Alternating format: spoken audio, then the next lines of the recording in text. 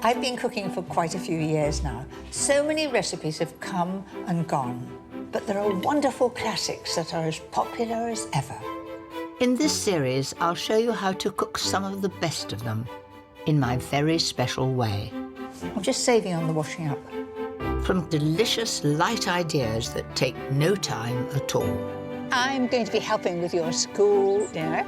Yes! To tempting dishes inspired by our green and pleasant land.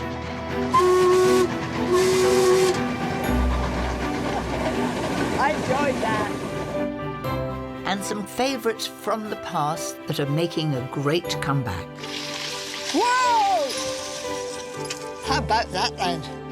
These dishes can often seem daunting, but I'm going to show you some tips and techniques that make them quick, easy and simply delicious. And most importantly, with almost no fuss. In this programme, ideas for timeless entertaining. It is absolutely breathtaking.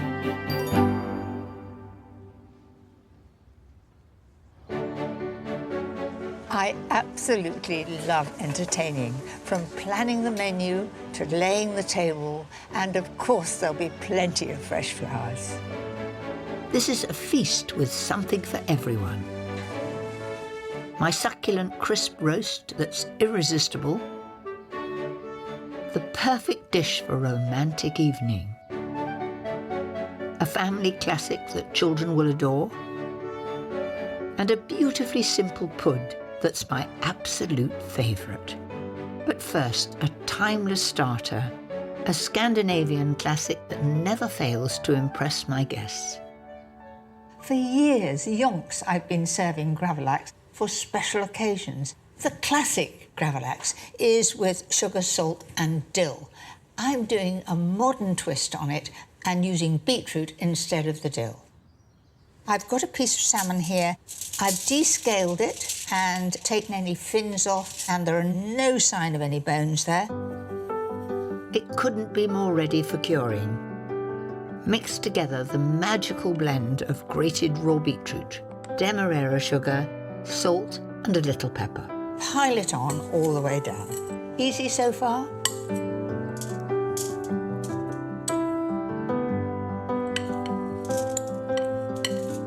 That's it.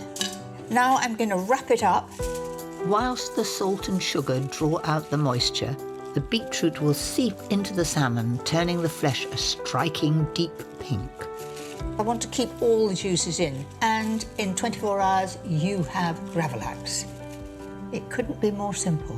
No cooking is required, just a weighted tray to bed it down and an overnight stay in the fridge. Plenty of time to rustle up a punchy sauce to partner it. Mix some fiery horseradish and cool creme fraiche with a store-cupboard favourite I wouldn't be without, sweet pickled cucumbers. I love them. They go well with salads and very well with fish. And that gives a bit of bite in the sauce. Put all that in. Season, and for a final touch, add some chopped parsley. I can actually eat this by the spoonful. I can eat it neat.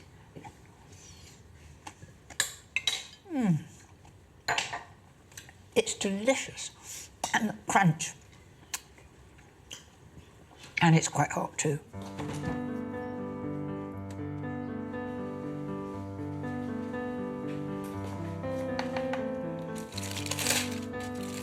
So just look at that. The fish is a bright, beautiful beetroot colour. Now, it's pretty messy. Good thing my guests won't see it in this state, but I have a secret tip for serving it without turning your fingers bright purple. What I do before I carve it is to take a little bit of cling film. You can see my hand is completely clean.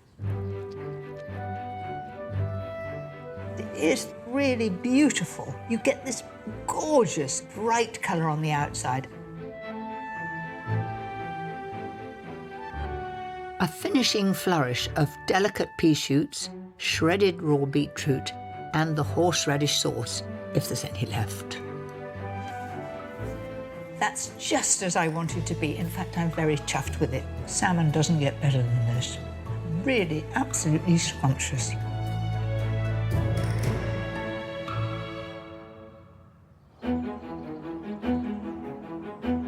For me, entertaining isn't just about decorating the plate. Tomorrow, as part of the annual Festival of Flowers at Leeds Castle, huge floral displays will be created in its main rooms.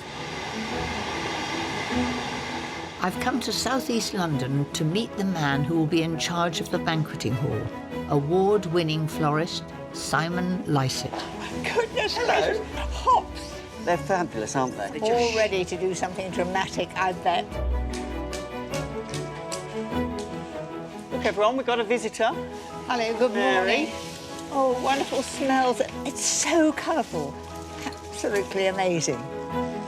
If I know Simon, it's not going to be a simple affair. We are creating an amazing tablescape. These are all British seasonal flowers, and I thought you might like to have a go at creating your own arrangement with me. I'll watch you and then I'll copy. Are there any sort of rules? I mean, say we're going to do this for the middle of a table. When you're arranging flowers, I would say work one type of flower at a time and gradually build up. So establish your size and shape of your design as you start. Now, that's a really good tip. So if we're using hydrangeas, yes, put those in first and then fill in the gaps. Yeah. So woody stems, do you remember we used to told to hammer woody stems? Oh, yes, roses, you used to have to hammer them. Yes. We don't do that. No, that causes bacterial growth and that flowers will stay fresher longer if it's a clean cut on an angle and then split up the stem. And that will mean that when it's in the flower foam, it's able to take up maximum amounts of water. Right. Are we aiming to have this so that whatever angle you look at it, it looks good? Absolutely. If you're on a dining table, let's make it so it looks pretty in every direction. Simon can use thousands of flowers for his extravagant pieces. It's a real eye-opener for an amateur flower arranger like me. Usually when I'm doing it at home, I'm all alone, and here I can crib exactly what you're doing. Any time I shall come and give you a hand, Mary. It'd be my pleasure. I might swap it for a pie. Oh, well, I'm not bad at the pies. You're looking rather beautiful. I need a lot of encouragement. when you're up against the next, I'm watching you, and you're going far quicker than me. It's quite difficult to get those into the foam. I think that's a good indicator of when you've nearly finished your arrangement, is when you're slightly struggling to find any more space to put your flowers in. So, Mary, my last addition is a kick of this fabulous sort of screaming hot pink, which, for me, just brings it all together. They're nerine, aren't they? Give you and a they real... need no attention. No, they're like florists and cooks. They thrive on neglect. Oh, I don't. I like to be well looked after, and I am here. How's that? Beautiful. Look, you see, I think as a non-matched pair, we've not done a bad job, have we? I'm really rather proud of that. I can't wait to show you the big one we're going to create at Leeds Castle. Well, we've had a little practice, haven't we? Exactly.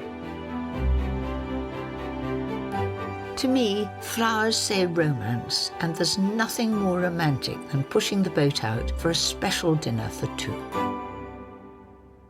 I well remember when I first met my husband and we were courting, he took me to a very famous fish restaurant and we had Dover sole, and it was such a treat. I'd never tasted fish like it, and I've remembered it to this day.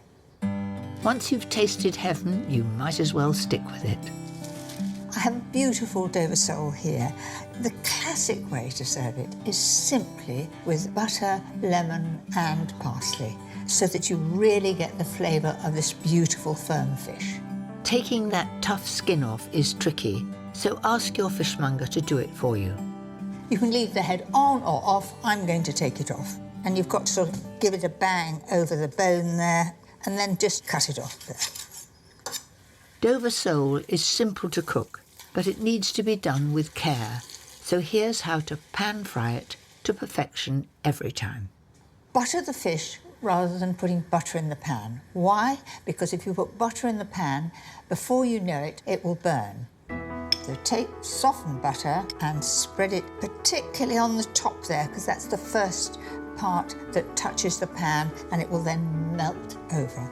And the flavour of butter is wonderful. That's it. Sprinkle over a little salt and pepper and we're ready to go. That feels very, very hot. Hold it quite firmly.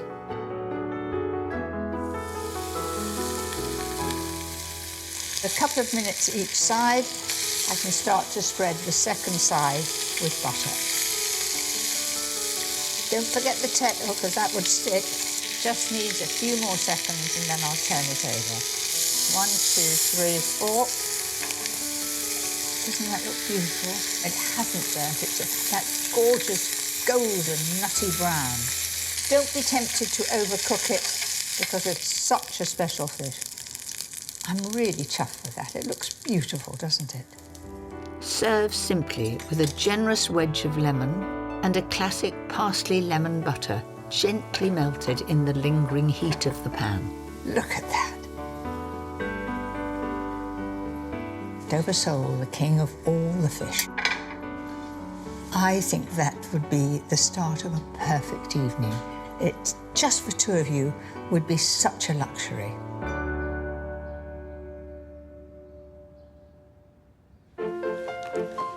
Of course, entertaining isn't just about romantic suppers. Sometimes it's a big, jolly meal with lots of friends, but I still love to make every effort. It really is the fresh flowers in the middle of the table that makes the setting, and it's the part that I really enjoy doing. I have the perfect dish to make them feel special too. I always have a few recipes up my sleeve that I can rustle up from store-cupboard ingredients. This one is just perfect, and the children love it. I've got 6 legs. That's the thigh and the drumstick all together. It makes a really substantial meal, just knocked together in no time. Here goes. First for the sticky part. Ketchup. Everybody's got tomato sauce in the cupboard. I'm going to judge it. So 6 tablespoons. 1, 2, 3. Give or take, that's 6 tablespoons. 3 tablespoons of Worcester sauce. That gives it a little bit of oomph. Then a couple of tablespoonfuls of mustard. I like the grainy mustard, and it's pretty tasty so far. Next, some runny honey. 2 tablespoons. I've often got a jar that's solid at the bottom. Just warm it, and it will be runny again. Almost there. Just 2 tablespoons of tomato puree and a clove of garlic, and you're done.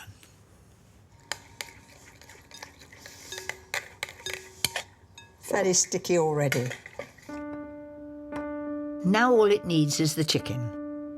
Just make 4 slits in total. That means all the flavour of the sticky topping gets right down inside, and it's wonderful.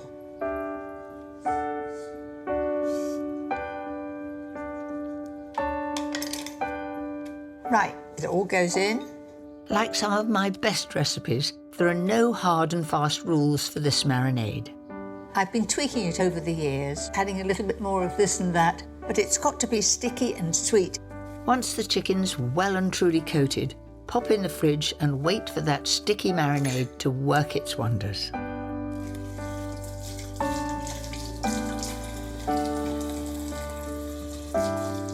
When you and your chicken legs are ready to cook, hunt out your largest roasting tin. I've put a bit of non-stick paper in the bottom there because it makes it easier to clean later. And spread them out in one layer. If you pile it up, they won't get crispy on top.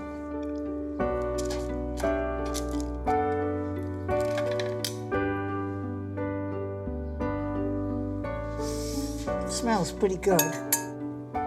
That's it. Into the oven at 200 degrees fan for about 35 to 40 minutes.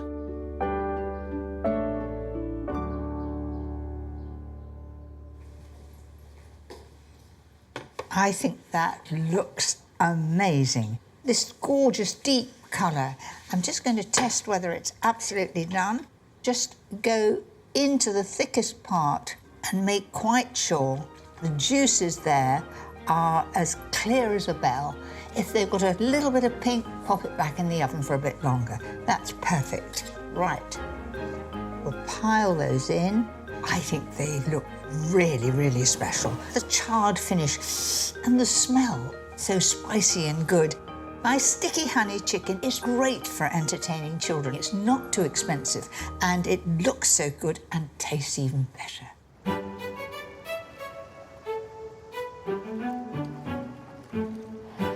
Once favoured by Henry VIII and his first wife, Catherine of Aragon, I imagine Leeds Castle has been privy to an entertaining dinner or two. Look at that, wow. Beautiful. But this morning in Kent, the spectacle is arriving in mist and floral form for the annual Festival of Flowers. Let's go and see what's what. It's not even 8 o'clock and Simon's ready to start, with me as his helper, of course. There you are. Thank you. Straight through here? Yes, please. OK. Preparations are well underway for tomorrow's public opening. I've never seen anything quite like it. So here we are. It's enormous. Where are we? Henry VIII's banqueting chamber, which in 2 hours we're going to transform. It's going to have tall arrangements, one long table, flowers everywhere, candles, everything we prepared. Well, you've a blank canvas. There are 22 florists taking part in the festival, and thousands of people are expected to visit over the next 6 days to enjoy all these magnificent displays. As befits a hall that once entertained Henry VIII, Simon and his team have designed a banquet table display. Seeing as how there's so much to do before the opening, I'd better make myself useful. There we are. Take that from you, thank you. As you can see, there's quite a lot of carrying. And this is going to be a long dining table. Yes, clothed in this gorgeous sort of champagne-coloured taffeta. And then these vast decorations that are there stood on the ground are going to go on the table all the way along. So before you start, do you draw this all out? No, it's in my brain. That looks very firmly on top. You don't want it falling on somebody's head. No. Give them a bit of a shock. There's a lot of weight, and everything we do has to be very stable. It's good physical work. Have you done a similar thing with different flowers of different seasons? Yes, we did a party in Kensington Palace where it was all greens, ferns and white orchids. And along the table it was bowls of lily of the valley and hellebores. You need an awful lot of lily of the valley. But we use an awful lot of everything. And I think that's what makes a spectacular setting is abundance, be it in food, candles, flowers and love. You mean a bit over the top? Of course, a lot over the top. Spectacular tables need dishes that make a statement in themselves, and this one is just the ticket. For me, the most important part of roasting a duck is to achieve a wonderful crisp skin, and I'm going to serve it with a wonderful cherry sauce that no one will be able to resist. First, I'm going to rub the breast and the legs with a little mild olive oil and sprinkle over some sea salt. So in goes the duck. That's it. Oh, it's a plump one, sitting on the rack here, so that all the fat goes down below. Start it off in a very hot oven, 220 degrees fan, for about half an hour.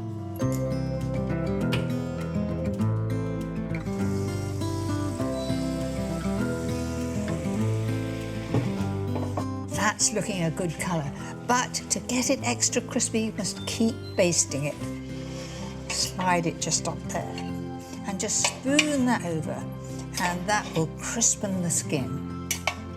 Then whack the oven down to 160 fan and leave it for 2.5 hours.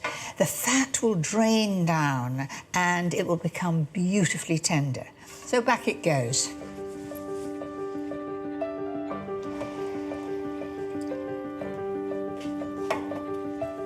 It looks this wonderful golden brown. But it still isn't quite crisp enough for me. Pour off the duck fat. I've got plans for that later. Then return the duck to the oven at 200 degrees fan for a final 20-minute blast. but I promise you it's worth it to get that really crisp, crunchy skin. If you want it perfect, that's the way to do it. Meanwhile, I can forge on with my delicious cherry sauce. To give it a wonderful depth of flavour, I'm lightly browning 3 finely chopped shallots in that glorious duck fat.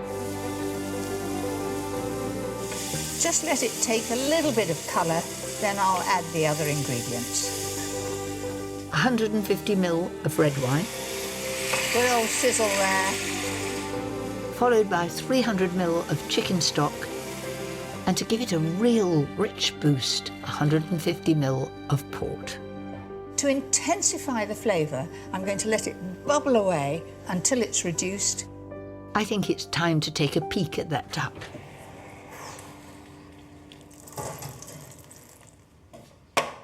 Let's see if it's crispy.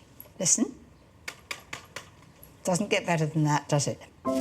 Leave the duck to rest under a loose tent of foil so the steam escapes and that skin will stay super crisp.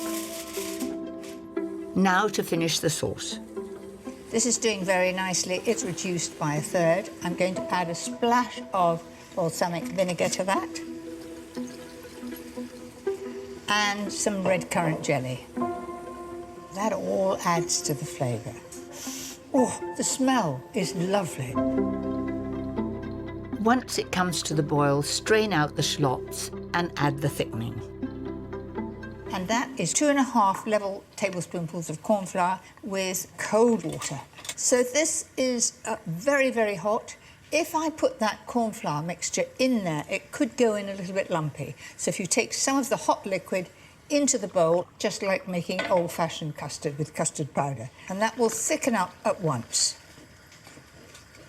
says she, knowing that it will. There we are, look at that then. The consistency is perfect. Coats the back of a spoon and really smooth, not a lump in sight. Last but not least, the cherries, fresh or frozen, and some salt and pepper. There's not much wrong with that. In fact, it's scrumptious. Just right. We'll put it all together now and serve it and carve the beast. This is such a sumptuous way to feed your guests. Well worth all the effort. It's just falling off the bone. Little sauce over the top. And I'm not going to miss out on the cherry either. Can I get that all in one go? I tell you, I'm going to.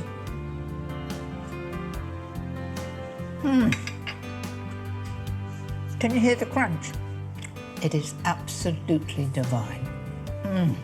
You'll love it.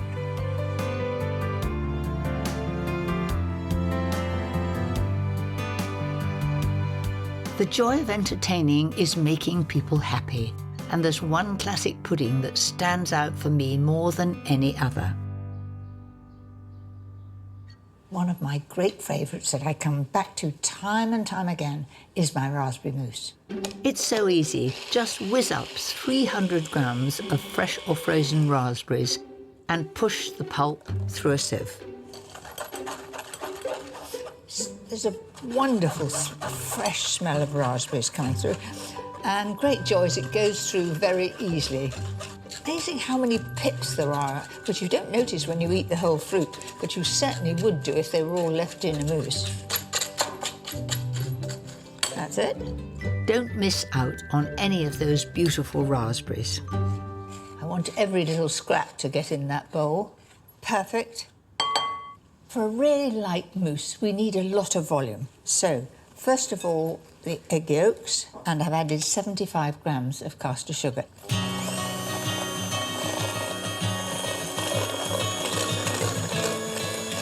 So at the moment, that's bright yellow, or orange almost, and it'll become much lighter and I can do it on full speed.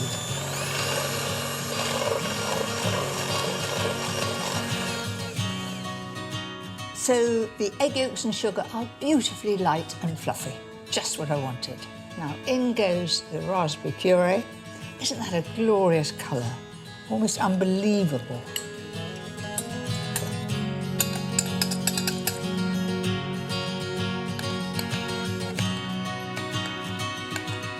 soften 4 leaves of gelatin before dissolving them to give the mousse that added setting power. So in it goes, just stir that in. That's it. Followed by some double pouring cream, just lightly whipped. So under whip rather than over whip. The final lightness will come from 4 egg whites beaten until stiff.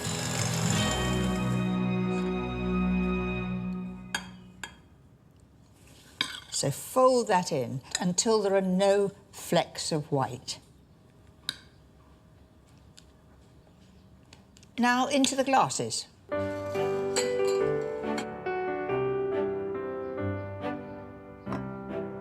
I'm going to do it with a big spoon and aim to get it right in the middle and no drips down the side. Close your eyes and you could be in a field of raspberries on a beautiful summer's day. Having got to this stage, I must have a little taste. There's nothing quite like the flavour and taste of fresh raspberries.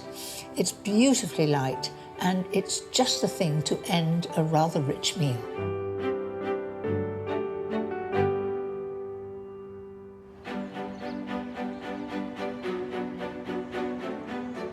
Simon and his team have been working their socks off for hours.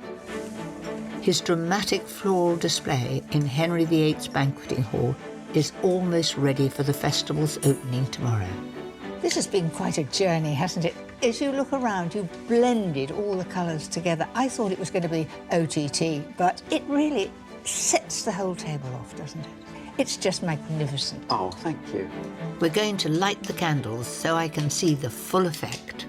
I'll do the little ones down here.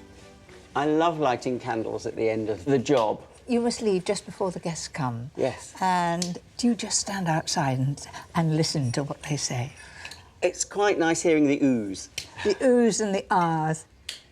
The attention to detail here deserves all the appreciation it gets, even down to the plates. Oh, this little posy is so sweet, isn't it?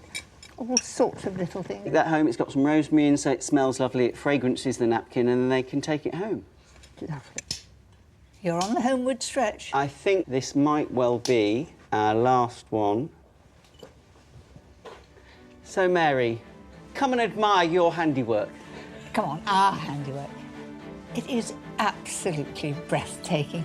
The flowers really bring everything together. And you can imagine all the guests coming in here and being absolutely dumbfounded by it all. And I think King Henry VIII will have never have seen anything like it in his lifetime. Do you think he'll like our modern interpretation of a medieval banquet? I think he'd be very surprised, but I've got a sort of feeling he was more interested in the food and his women.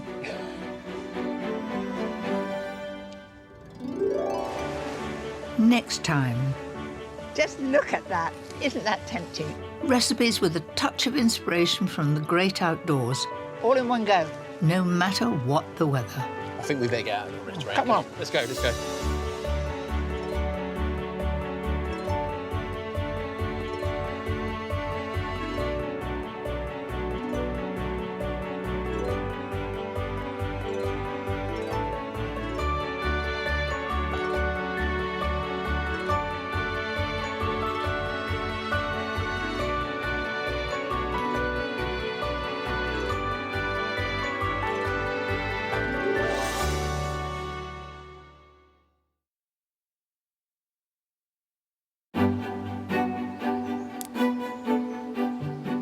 I've been cooking for quite a few years now. So many recipes have come and gone, but there are wonderful classics that are as popular as ever.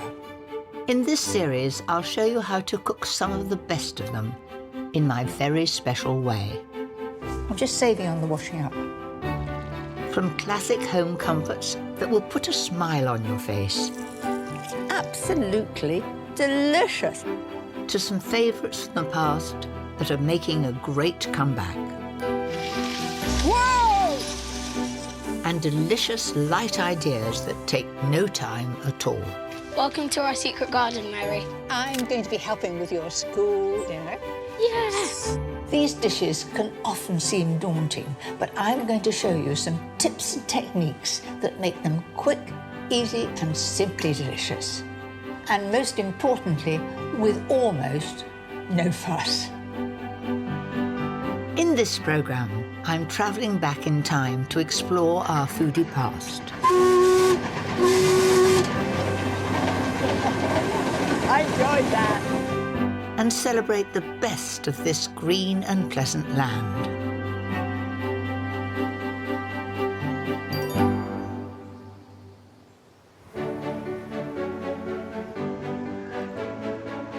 Britain is blessed with a wonderful array of fresh produce, and it's nice to know exactly where our food comes from. Growing your own, whether it's in a garden or a herb box, makes cooking all the more fun. So in this programme, I'll be celebrating some of our finest produce. A classic way to bring out the best in our glorious veg. The perfect idea for one of our most loved ingredients. My mouth-watering way to serve a spring favourite. And a tempting autumnal tart that's a fruity little crowd pleaser. But first, a delicious classic idea for all those delicate herbs. This dish is my take on the French pistou sauce, and I'm going to serve it with pasta, and it is delicious and easy. Start by cooking the linguine in salted boiling water. While that's boiling, I'm going to get on with the glorious pistou sauce. So what is pistou?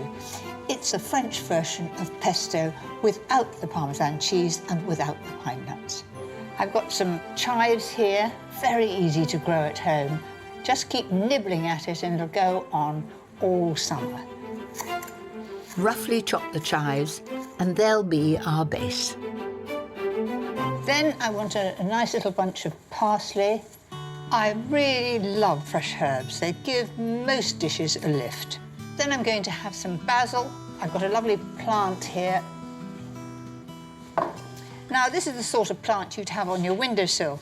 Now, if you just look there, there's a big spray at the top here. So I'm taking it down there. Now, just have a look, and you'll see two more little shoots coming. If you water it and feed it, they will come back like that. So in goes the basil.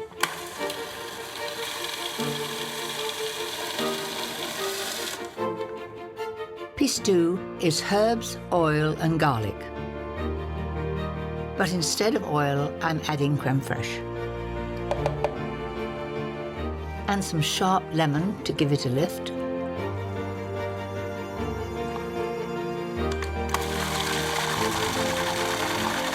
That's it, that's done. Look at that amazing green colour. Absolutely crammed jam full of herbs. The last step is to fry off 500 grams of chestnut mushrooms in some sizzling butter. I like them the best of the mushrooms because they hold their flavour and shape. Sauté them until they're a gorgeous golden brown and those juices have evaporated. Then I'm going to add our wonderful pistou sauce. In it goes like that. Throw in the cooked pasta and for that velvety touch, some grated parmesan. And you can imagine those flavours go really well together. A wonderful, glorious, fresh taste. And a little Parmesan cheese over the top. So there it is, pistou pasta, my take on the French classic.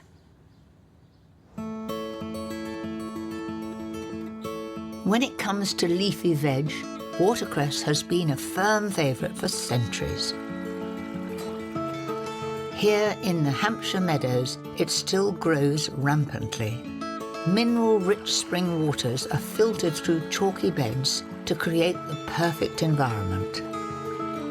Cultivated on farms since the 1850s, it was once a hugely labour-intensive process involving every member of the village. Obviously, they use machinery now, but Penny Eade, who's been farming these fields for 35 years, hasn't always had this luxury. How much watercress can that machine cut in an hour? Between 1.5 to 2 tonne an hour. It's quite incredible comparing to how we used to do it by hand. Come on, if you had to do it by hand, to get that amount, how long would it take one person? Well, it would take days. Days, so it's changed the industry. Very much so, yes. I'm so excited to see how it was once done. Well, if I stop about here and we'll place the basket down, what we used to do is take a very sharp knife and we used to gather it within our hands. You're getting a lot in there. You certainly go quite away from your hand and you cut. And you haven't lost a finger in And the... certainly haven't. You've kept it well away from you. So I'm to have a go, right. Gathering it up into one hand. Make sure your knife's low down, away from your fingers. I had no intention of cutting my fingers, I might say. Away And from then your slash it. And that's it. It's about half the size of your bunch. Well, I've also got some root on there, so I'll gently go back. That's not too bad, is it? That's fine, that's lovely. Oh, isn't that beautiful? Do you know, Penny, I was brought up on a farm. We, believe it or not, had watercress beds. And my favourite thing was watercress sandwiches with raspberry jam. Wow. Have you ever tried sweetened? Anyway, we've done quite a lot. We have, yeah. Put the knife in there. OK. Off we go. It couldn't be fresher than picked straight from the field. And what better way to use it than in this classic, with my own special twist, of course. Usually you make watercress soup with potato, but celeriac, I think, is far nicer. You get that hint of celery, and it really is scrumptious. Slowly soften 2 chopped onions in butter. Make sure they're on a low heat. Then cube the celeriac. You only need to do this roughly. The one thing that hits you at this stage is that it's a strong smell of celery, which I love. Add the celeriac to those delicious onions and pour over some of your favourite stock.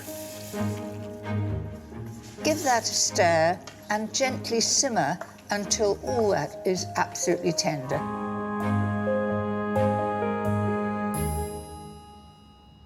Now for the star ingredient. I've got 200 grams of watercress. Looks an awful lot, but I want it to be bright green and full of flavour. And all I've got to do is to let this wilt down, just like you would spinach. Make sure all that hot stock comes over. Not too long, otherwise it'll lose its colour. Next we need to puree it. Always a bit tricky with hot soup. Make sure that it's absolutely upright. Do it like that and it'll go all over my worktop, and it's me that clears it up, so. Blend it till that vibrant green comes out and it's beautifully smooth. That looks just about right to me. 4 tablespoons of creme fraiche and some salt and pepper will give it that wonderful rich finish. It's such a brilliant colour, so tempting. And what better way to serve it than with some hot English muffins? Delicious. Watercress is definitely one of my favourites, but there's another green vegetable that we couldn't do without: asparagus. And it makes the perfect companion to fresh salmon. Let me show you a simple, timeless way of cooking salmon. My special trick is to butter and then season a large piece of foil. Then some dill. I absolutely love dill. This is going to give real flavour to the fish. And I'm going to put that down, flesh side down, across the top like that. It couldn't be simpler. Just pour over the juice of a lemon. Then a splash of white wine. If you wrap it all into a tight parcel, those juices will start to work their magic. Take care not to overcook it, so pop it in the oven, 160 fan, for around 25 minutes. There it is. That looks beautiful. The skin won't be hard to remove if the salmon is still warm. Just pull that off, right across like that. Now it's time for my delicious asparagus topping. To keep that striking green colour and crunch, I've cooked them for just 2 or 3 minutes. I just love asparagus. Nothing goes better with salmon. Then radish cut thinly.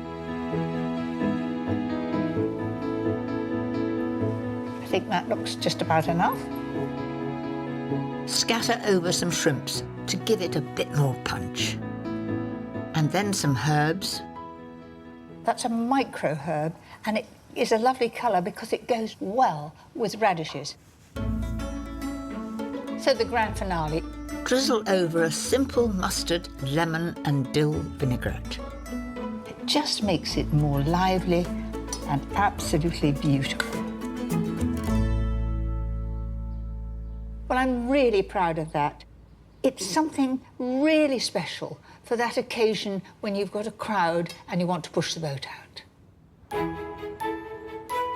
Today, we take it for granted that we can buy vegetables whenever we want, from anywhere in the world.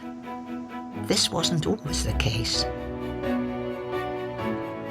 Here in Hampshire, the aptly named Watercress line is a fine example of how we once transported our food. Today, it's run by passionate volunteers. Good morning, madam. Good morning, thank you. Like Chris Yates, who's agreed to let me join his engine crew. And I can't wait. Hello there. Hello, Mary. Nice to meet you. Welcome to the Watercress line. And so what part do you play here? Well, today I'm the fireman, so I'll be stoking the fire, make sure we've got enough steam so we can go up the line. Right. We've got Greg there in the corner who's going to do the driving for us today. And how old is this? This particular engine, built in 1937, and it's still going strong with a lot of love, care and attention. Mary, would you like to come and join us? I'd love to. You'll have to wear these pair of overalls. I want to look the part. Absolutely I won't right. be a minute. We'll see you in a moment. While I get ready, Chris and Greg keep stoking that fire. It will need to be a sweltering 400 degrees before we can get going. Come aboard. Are we ready? Whee! Wow. Welcome Hello. aboard. Gosh, it's quite cosy in here. It is cosy and warm. Wow. That's hot, isn't it? That's very hot. No soggy bottoms on here, Mary. I watch it.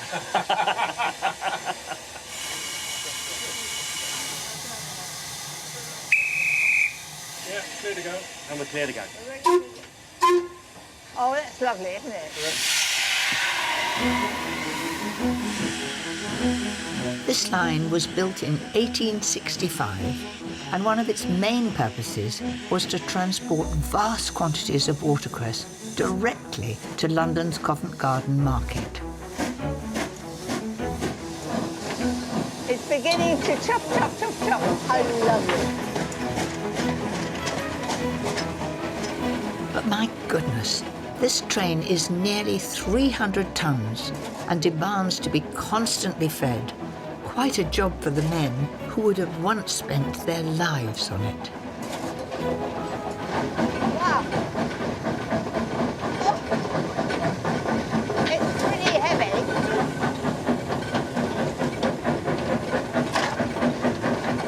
Right.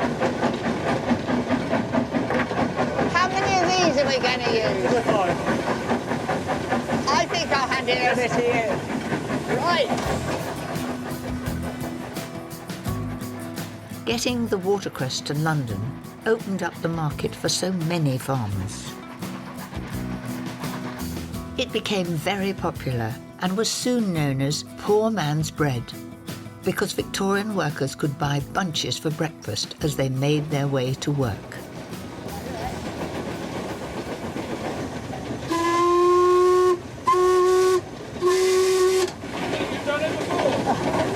I enjoyed that. You're in your hair, dude. How about that then? At its peak, there were thousands of steam trains running across the country. Of course, we transport our food in other ways today, but some of the old lines, like this one, have been lovingly restored.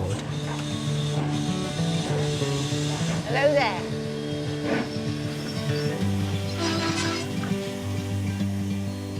I've had a great time. Thank you very much for having me. Thanks for coming. All right, Mary. Thanks so much. Bye. Thank you, Mary. Bye. It wasn't only watercress that found its way into more kitchens. All sorts of food slowly became accessible to city dwellers, and meat was one of them. Lamb has long been a staple of the countryside, and it continues to be the go-to Sunday lunch. I have the ideal classic way to cook it that is mouth-wateringly simple. There's nothing more classic early in the season than lamb, and I've got a beautiful fillet of lamb, sometimes called cannon. The secret here is to start by seasoning, then sealing the lamb in a hot pan. Turn that over. Look, isn't that a gorgeous colour?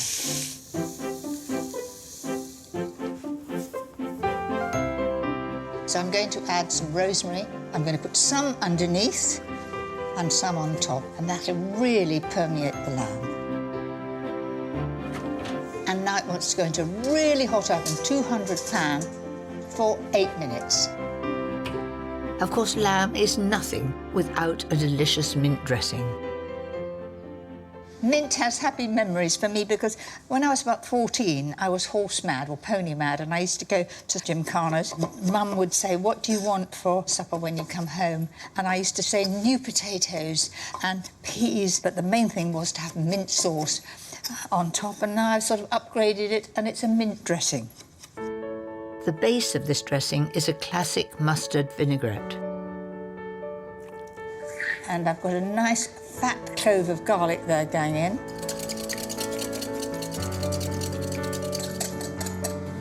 That's it. And my personal touch is fragrant fresh mint and chopped spring onion. Now that looks interesting, really fun and spring-like. Look at that lamb. Perfect. Oh, there's a very strong smell of rosemary here, which is lovely. To make sure it's tender, rest the cannons for at least 5 minutes. While you're waiting, warm that delicious mint dressing with some seasonal green veg. So, I've got everything ready. All I've got to do is serve. Just the right amount of pinkness. Isn't that sheer perfection? I'm rather chuffed with that.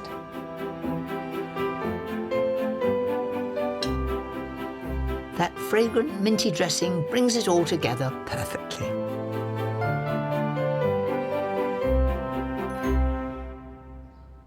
I cannot think of a better combination than spring vegetables, all bright green, and perfectly cooked lamb. For me, nothing could be better.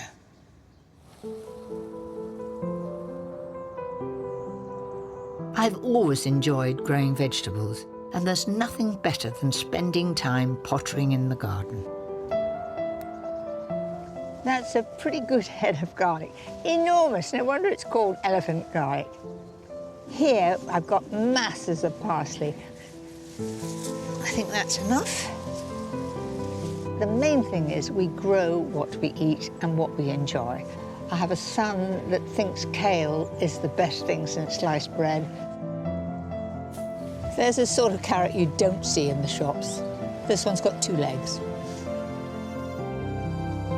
With all this wonderful produce to choose from, there really is only one thing to do with them, a delicious classic roast. One of my most favourite things are roasted vegetables, hot or cold, sometimes on toasted sourdough bread. I can think of nothing better. Use whatever veg you have to hand. Peppers give colour. I nearly always choose the red ones. Not only do you get colour, but you get flavour. Just bang them out.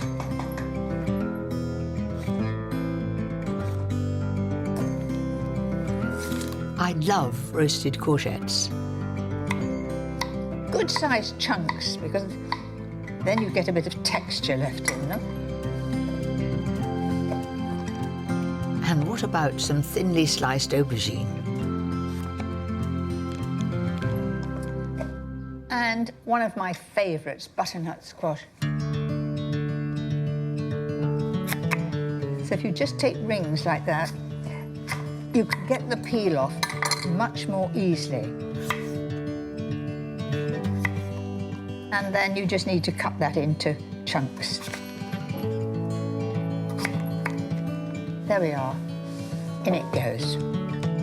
Nothing will bring out their flavours more than some salt and pepper and a drizzle of olive oil. So in I go, and just work and massage it in. Look at those beautiful colours.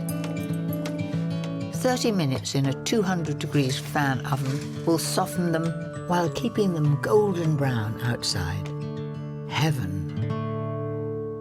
While the veggies are roasting, I'll get on with the dressing. In the bowl, I'm going to put a teaspoonful of mustard.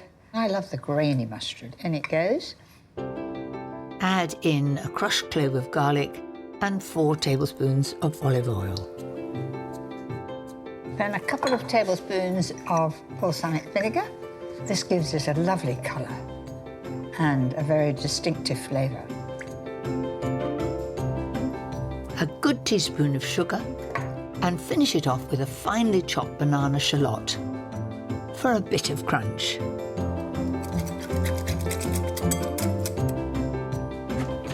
Those veggies are looking good.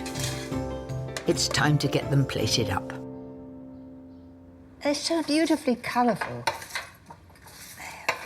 Lovely combination. And that'll add lots of flavour, a little bit of sharpness from the balsamic dressing. To really kick off this recipe, I have one last touch: rich feta cheese. And the contrast of the white and all this colours, I think it goes really well. Finish off with some wonderfully fragrant chopped mint and basil. Do you know something? This is a perfect meal without meat. You don't need it. It's absolutely delicious. Sitting with a glass of wine outside on a summer's evening, it would be one of my most favourite things.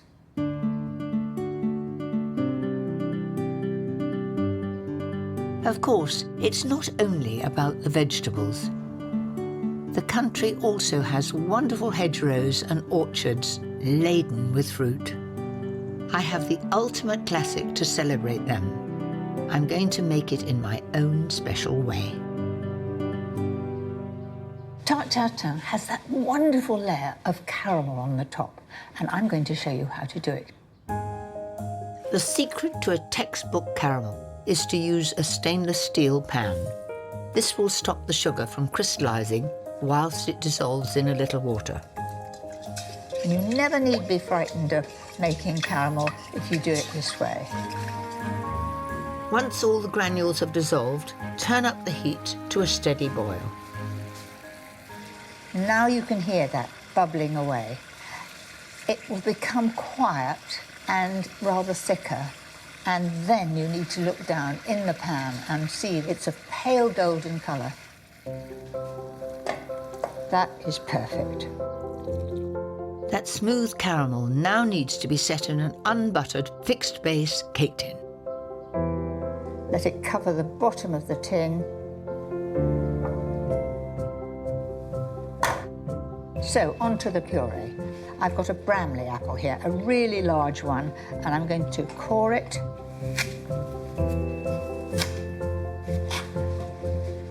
That took a bit of effort, didn't it? It's nice to use a Bramley apple because it goes down to a mush and we want a puree. I always add a bit of sugar as Bramley apples can be a little bit tart. And then pop the lid on and it'll create steam. Keep an eye on it and stir it until it's absolutely down to a mush. Back to the tart. Make sure you now butter the cake tin so nothing sticks. And then slice some sweet English dessert apples for your next layer. Tarte Tatin is something really, really special, and I would serve it if I'd got friends round for Sunday lunch or as a nice pudding on a special occasion. So there's our pattern finished, and then the rest goes on higgledy-piggledy on top like that. Now, the puree looks good, and I'm going to mash it. This is the perfect consistency. This apple puree is my little twist on the French classic to make it extra special. Finally, the puff pastry. To keep things simple, a pre-rolled sheet cut to just a little bigger than the tin will be perfect. I'm making it bigger because I want to tuck the edge in. To get a wonderfully crisp top, a little cross in the centre will release all of the steam. Just 40 minutes in a 200 fan oven will bake it until it's golden brown.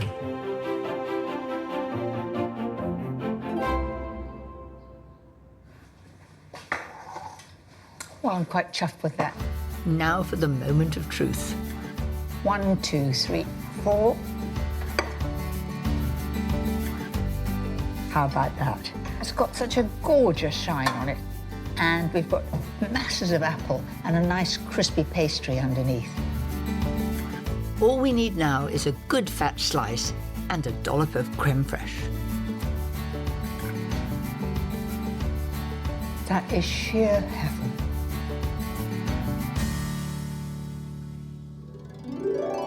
Next time, Really, absolutely scrumptious. ideas for timeless entertaining.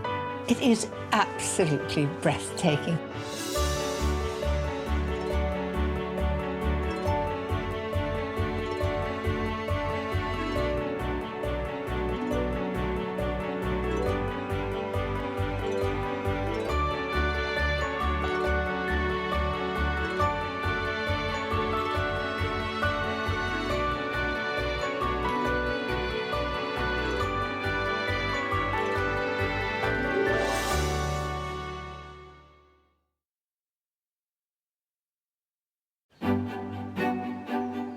I've been cooking for quite a few years now. So many recipes have come and gone, but there are wonderful classics that are as popular as ever.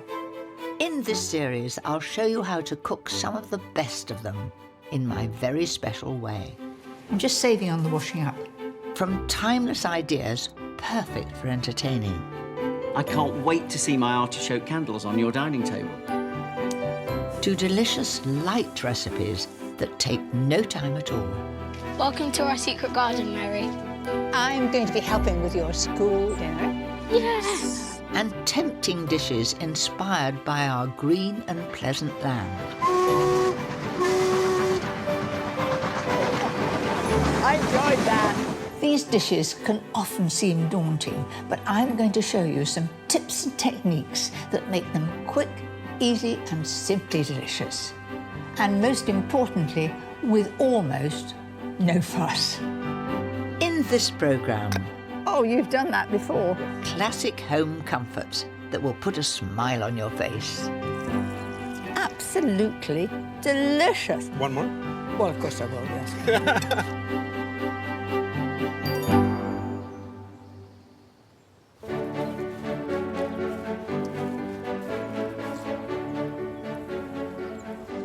I love it when the evenings draw in and there's a hint of wood smoke in the air. That's the time for comfort food. I want to show you some of the hearty and comforting recipes that I always turn to. A traditional way to cook lamb to perfection. A time-honoured idea for delicious wild mushrooms. A wickedly divine pudding made with the ultimate comfort food. But first, my version of a classic breakfast dish that's a dream to wake up to. This is a combination of two great classics. One has bacon in and one has spinach. Why have one when you can have both together? Start with some delicious dry-cured bacon. You don't need oil, but make sure the pan is nice and hot. There's nothing like the smell of bacon to wake up to. You could never say no. And this is thin-cut bacon. Whether you choose smoked or unsmoked bacon is really up to you. Now I'm going to have a peek at this, and it's taking on a lovely colour. Once the bacon is beautifully crisp, put it to the side so you can get on with the sauce. Many people say that hollandaise is difficult. Do it my way and it's not. Right, first of all, 2 egg yolks in the bowl. These are lovely fresh eggs. Add a dash of white wine vinegar. Whisk that together. That's it. Then put that bowl over hot water, and as soon as it's sort of lukewarm, you add butter. And that goes in very, very slowly. And the idea is to cook the egg yolks very slowly, or you'll end up with scrambled egg.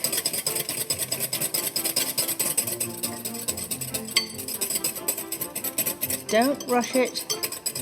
You can see that it's actually thickening up.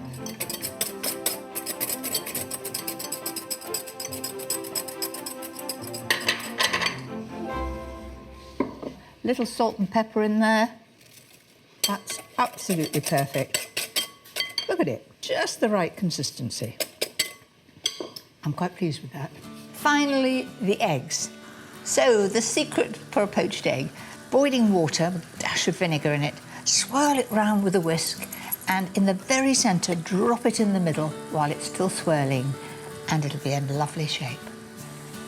Let them simmer for 3 or 4 minutes until the white is just set. There we are. They look perfect. Now's the time to plate it all up. For the Florentine layer, I've wilted some fresh spinach in the butter, so there's no need for more on your toasted muffins.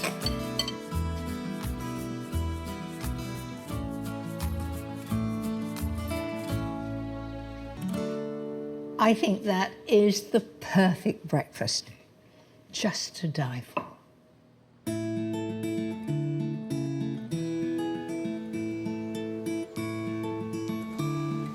There's one man I know who's a devotee of comforting and Moorish food. In fact, Swedish chef Nicholas Ekstedt is more at home cooking over an open fire than he is with a fancy stove. In your restaurant, you have no electricity, no gas for cooking? No, I just use wood. Open flame cooking is a very traditional Swedish technique. And Nicholas's wonderful food has earned him a Michelin star. Is it a barbecue, that? What is it? No, it's not a barbecue. I mean, barbecue is completely different from Swedish cooking. Swedish open fire cooking is all about heat, flames, and smoke. So it's hot and fast, not slow and low. So, But how do you not catch the food on fire? I'll show you. That's why we're here, right? We're gonna cook. So I thought that I'm gonna chop some wood and you're gonna build the fire. Oh, Is that okay? I'm pretty good. I was a girl guide, you see. I know how to do it. Oh, you've done that before. There's nothing I like more than building a fire and cooking outside. That looks great. It's just like a little bonfire for bonfire night. Oh, it smells good too, doesn't it? It reminds me of Girl Guide Camp. We used to cook over fires. What did you cook? Stews and fry eggs and bacon. And we used to dig trenches for our loos. Were there any songs? Oh yes, gingang goody goody goody watcha, gingang goo, gingang goody goody watcha, gingang goo, gingang goo. Is that English? I have no idea what it was, but it's stuck back in my head. Every girl guide will remember that and It sounds like Swedish. I won't teach it to you. It's like the Swedish chef on Muppet Show. Thank you for that. Okay, so now we are going to start off with the celeriac. So I love celeriac. One of my favourite vegetables. we're going to cook it over the flames, straight into the fire. What, the whole complete? Yeah, and we want it black. There you go. Woo. Fire and vegetable, caveman cooking. I quite like cooking with a caveman. Although caveman cooking is not always fast, these celeriac will take a good couple of hours before they're ready. But we can relax now for a little while. Well, we've got 2 hours. Yeah, we can talk about the Girls' Guides. Whilst we wait, I've turned to the woods for my next dish, using an ingredient at the heart of many comforting classics. This is definitely one of my favourites. There's nothing nicer than a crisp pastry case and a gorgeous sauce full of all different kinds of mushrooms that have that hint of garlic and a sharpness of lemon. Life is too short to make your own puff pastry, so I'm using 500 grams of shop board. If you look very carefully here, you can see the air bubbles. Now, the air bubbles in the pastry mean that when it's cooking, those will expand and make the pastry rise up beautifully, and it's going to be lovely and crispy. So I'm not rolling the air bubbles out, I'm trying to keep them in.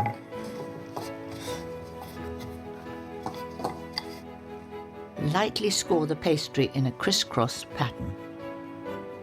This is purely for decoration, and it just makes it look a little bit professional. It doesn't take a second to do. That's it. Sticking. Cut into 6 discs and leave them to chill in the fridge. I've got total weight of mushrooms 750 grams, and 250 grams are these beautiful wild mushrooms. It doesn't really matter what kind. What I adore about this recipe is its simplicity.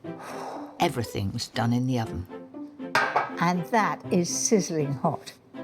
Put your chestnut and field mushrooms in first, A drizzle of oil over the top. some crushed garlic, season and pop them back in the oven. Now glaze the chilled pastry discs with a beaten egg. I really like hardware shops, and very often I will go and buy a paintbrush rather than a posh brush like this, because they're a little bit cheaper. Both the mushrooms and the pastry need about 18 to 20 minutes at 180 fan. Those have risen beautifully, and look at the professional look with that scoring on top. Makes all the difference. To make it especially crisp, cut each pastry in half. Then mix the last of those mushrooms with some delicious creme fraiche. So back in the oven at 180 for about 8 to 10 minutes for both of them.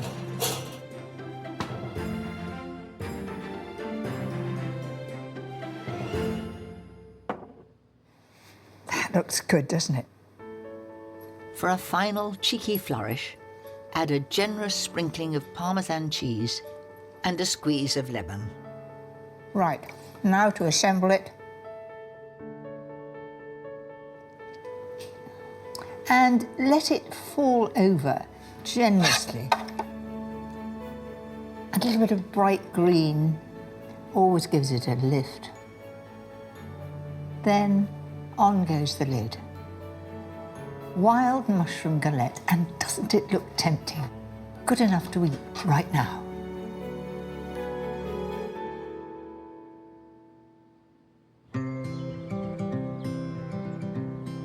I think the celeriac is almost done. Well, I think it looks burnt to a frazzle. Come on. It's burnt, but not inside, hopefully. Despite Nicholas's cheery confidence, I'm not so sure. And while that celeriac cools, he's keen to show me another favourite, his unique take on comforting Swedish meatballs. This is a game version, so I use venison and pork. And you always add breadcrumbs and onions. And the onions you fry a little bit before. And then we usually soak the breadcrumbs with a little bit of cream before you add it. That's certainly enriching them. Yeah, it does. And then some salt. No pepper? No pepper, no. No. Interesting. Is that not popular in Sweden? It is kind of popular, but I don't like pepper. OK, well, that's fair enough. They're your meatballs after all. And then these are juniper berries. Ground Juniper berries. So smell a little bit like gin, right? Yes, we'll have plenty of that then. It's all very evenly mixed now. So we're ready to roll them. So rolling a meatball in Sweden is like very debated, the size of the meatball. Well, I'll copy you. Okay, in my house we prefer them small. OK. Yeah, so, and small is about... The size of a chocolate truffle. Yeah. With meatballs, do you make any form of sauce with them or anything? Yes, I will make a sauce for you. Don't worry, you'll have sauce, Mary. I like a little bit of sauce. I'll fix that. So while these are just to be done, I'm going to show you how to do the sauce. Is it a different sauce? Yes. So I have cream in this pan.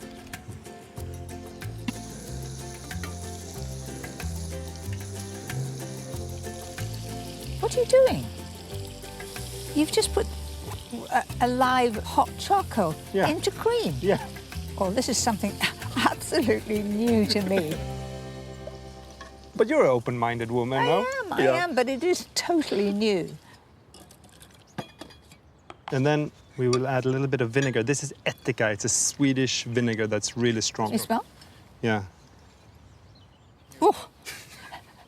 Did you say strong? I mean, it really does knock you out. So it's a much... It's all right for you, but it does... Oh. It's like when you're cleaning out your kettle, that sort of smell, it knocks you out. Come on, get on. Yeah, okay. How much is going in there? Okay, so just a little... I do trust him, but how will it taste? So see now, No, that's making it thick. Yes. Look at that. That is amazing. You put a few drops and look at it. Holding on to the spoon. That is amazing. It's like magic. It is magic. Taste it. I'm quite nervous of eating burnt wood. It's absolutely delicious. Wow, it might be changing my ways of doing things. Now, the celeriac. These burnt little offerings here. Yes. No one's keener to see inside there than me. I'm a little nervous as well. Gosh, that looks amazing. Right. Wonderful. Good lunch. Here goes, absolutely.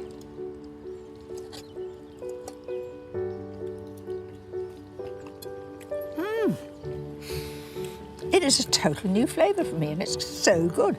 I'm very happy that you liked it, because you looked a little skeptical at first. But wouldn't you? I was amazed how much flavour Niklas got into his food by cooking it over an open fire. Sometimes the old methods are best. It's made me think of a wonderful dish that is always a huge hit at our kitchen table. For me, comfort food is all about slow, slow cooking. And that's exactly what I'm going to do right now. I've got 6 beautiful lamb shanks here, and the lamb shank comes from the end of a leg of lamb, if you imagine the leg, you know, just like our leg, and it's cooked on the bone until it just gently comes off and is beautifully tender. Start by browning the lamb shanks in a really hot pan until they are a gorgeous golden colour. Then set aside. So I'm going to add a little more oil to the pan. In go the vegetables.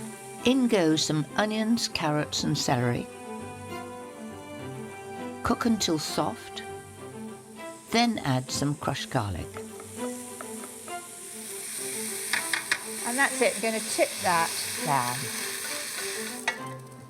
My secret for a really smooth sauce is to not add it to the vegetables, but to put the flour in the bowl, my 50 grams, then add 300 ml of wine, just like you'd be making custards.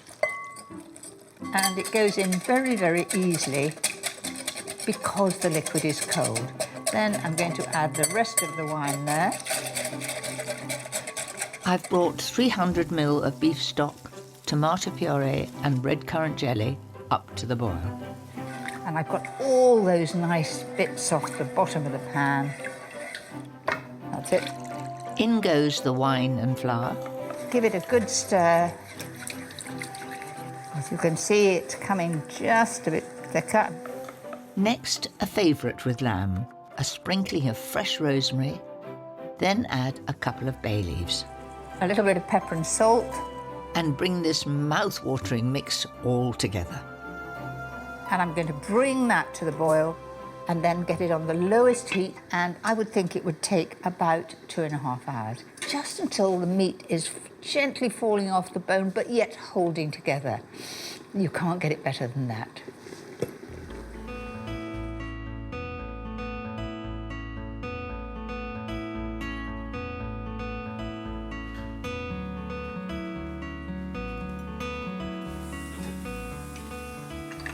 That's just as I wanted it to look. Beautifully smooth, just the right consistency, especially when you've got some mash on the side. One final touch. I can't get enough of wonderfully buttery mushrooms. Give it a good stir. And that is all ready to serve.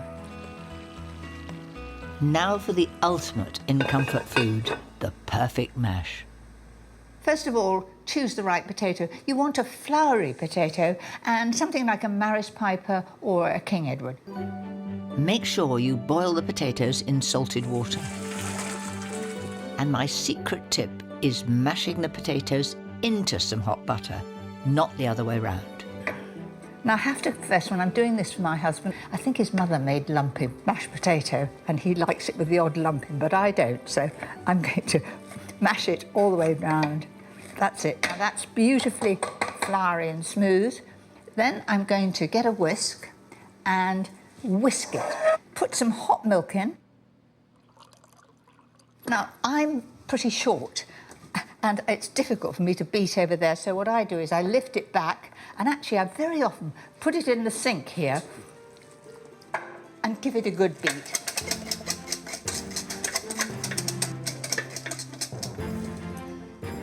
My favourite is a mustard mash. A couple of spoons of grainy mustard and one of Dijon give the mash a real kick. That will absorb all that wonderful sauce. I always make plenty of sauce with a casserole because I'm married to a gravy man. And there you have it, my slow-cooked lamb shanks with that tempting mustard mash. It is so warm and welcoming on a chilly day. With all this savoury deliciousness, I think I'm ready for something sweet, and Nicholas has promised to make me one of his favourites. This is Swedish munkar. Munkar. Munkar, there you go. Good, well done. What a munkar when they're out. Yeah, it's like a donut. So... It's a long time since I've had a man on his knees in front of me. Come on. Well, you know. So what's that going in there? It's a batter, like a pancake batter. Flour and egg and a little bit of cream, but with a little bit of baking powder. So your restaurant, you have open fires. Yes. And how did you come into doing all this? Whenever I travel, I like the original cooking technique. Like if I go to Italy, I like wood oven baked pizza, or if I go to India, I like the tandoori. So I thought, like, what's our tradition? What are our techniques? So that's how, and I started researching that. Surely people must have thought you were a little bit mad. They did, yeah.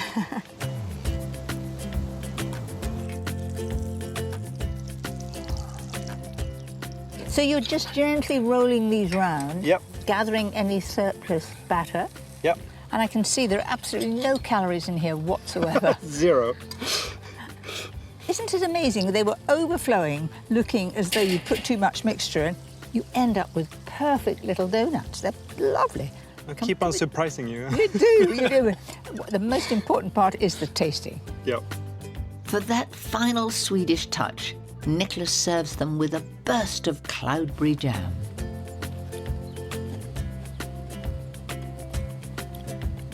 I wasn't expecting that to be so beautifully crisp on the outside, and it's so delicate and spongy in the middle. Again, something totally new to me. One more?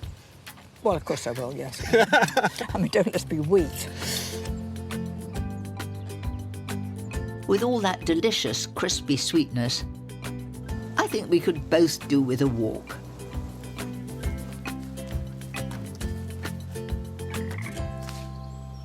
Oh, here's actually a birch. This is what I use when I cook. And also, these branches like this, these leaves, these are what we use in the sauna to get, to whip each other. Oh, that sounds exciting. Yeah, it is. And how do you do it then? Well, you pick these down and you stick that into the water, cold water, and then you're in the warm sauna, and then you... You go like yeah, you can in the water and then, yeah. And you're in together? Yeah. Oh, it's of quite course. good fun. Yeah, it's a lot of fun. Oh, I think I'm coming to Sweden. Yeah, you will love it. Well, Nicholas certainly knows how to have a good time. I think it's time for me to make him something comforting, and I have the perfect dish.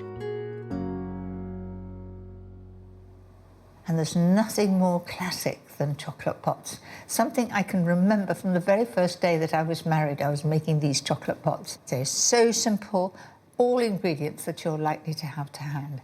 First of all, I'm going to chop up chocolate very finely. I'm going to use a processor. And by the way, it is very noisy.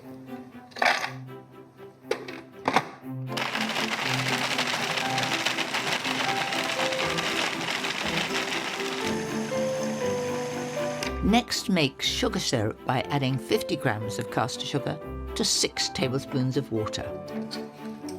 I'm just going to stir that until the sugar's dissolved. Turn up the heat until it boils, leaving you with a thin, clear syrup. Pour this into the chocolate mix along with 2 egg yolks. And then just a dash of Irish cream. That's about it. I will put the lid firmly on. No tasting at this stage. Perhaps after all this is over.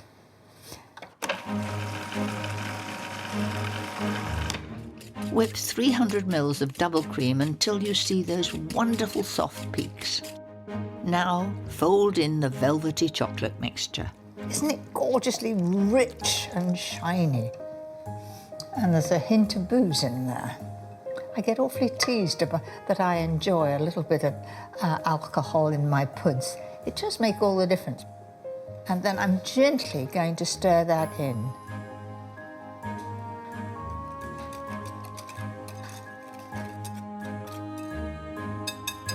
Pour the rich mixture into your pots to set for 6 hours, or leave them overnight if that's easier. But keep back 3 tablespoons for one final touch of decadence. Because I'm making chocolate truffle pots, the secret is the truffle on top. Start by adding the crushed biscuit to the chocolate mix you saved. And it should be a lovely, sticky mixture. These need to firm up in the fridge for around 10 minutes, which gives you time to melt some white chocolate. Make sure you melt it at a low heat. This will allow the chocolate to form a lovely crisp coating around the truffle. When I was trying all these out, there was a little row of these in my fridge. And surprise, surprise, when I went in a few hours' time, there were only 4. So I did find the culprit. And I made quite sure when they had a little pot, they were without their truffle. Pop in the fridge until everything is set. There's our little chocolate pots. They've been in the fridge overnight and they're absolutely firm. Perfect. Now to finish them off, then a gentle pour. In the centre of each one, like that. And then a dusting of cocoa. And that really disguises where you had the cocktail stick stuck in there. I think those look very impressive. I'll see whether my Swedish friend will enjoy them too.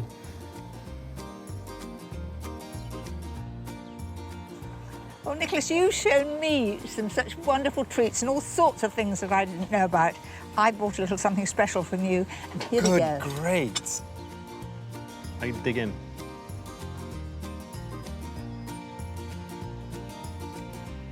It's so smooth, amazing. I'm gonna take this recipe with me back home. It goes particularly well with a glass of this. Skål. Skål. Next time, gorgeous ideas for light and easy meals. I'm going to be helping with your school dinner. Yes!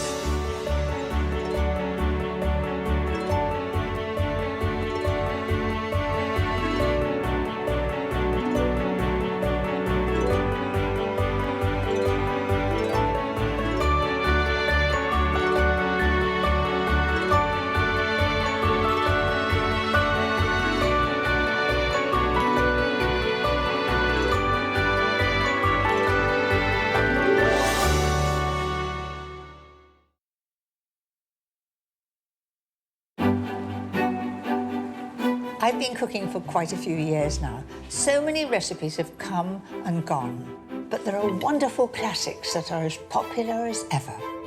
In this series, I'll show you how to cook some of the best of them in my very special way.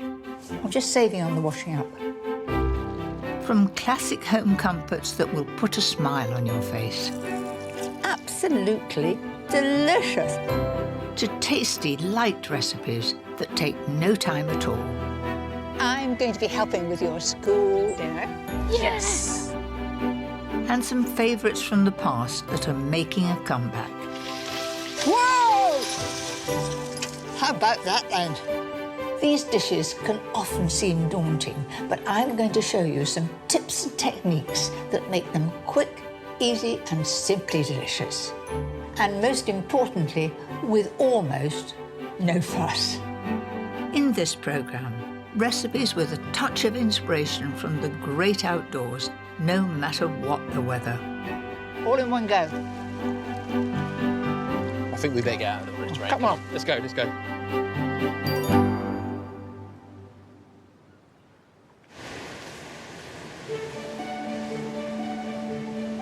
Our dramatic coastline holds wonderful memories of family holidays. Especially here in beautiful North Cornwall. We stayed in farms, we B&B'd, we camped. Didn't matter what the weather was like, we lived every moment. And the best thing about here is the sea.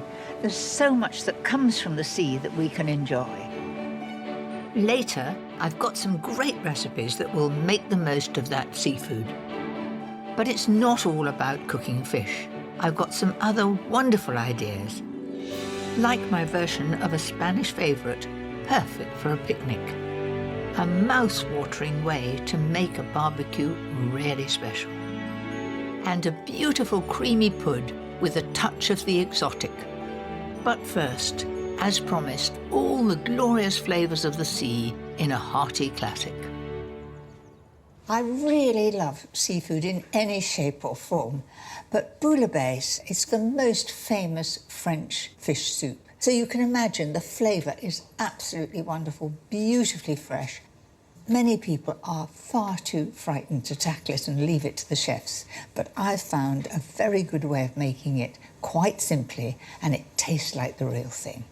To start with, you need a good, sizable pot to cook it in. Heat some oil and add 2 chopped onions and 1 small chopped fennel. Now this soup has no thickening whatsoever. How it becomes the lovely consistency of bouillabaisse is making everything a puree at the end. To start building all the flavours, you need 2 crushed cloves of garlic, a good squeeze of tomato puree, and 6 chopped tomatoes, skinned and de-seeded. Then I'm going to add some wine, 100 ml of white wine. Pour in 750 ml of fish stock, and then the zest of an orange. Just the finely grated zest, just so you don't get the pith underneath. That's the white part. That's a bit bitter. Finally, I'm going to add an ingredient that I don't use very often. Saffron is the stamen of a crocus, and it's very expensive. You don't use very much, and it gives a wonderful flavour and colour. So you'll notice that this will go a yellowy colour mixed with the red of the tomatoes. So in that goes. Season with salt and pepper and let it simmer until the vegetables are tender,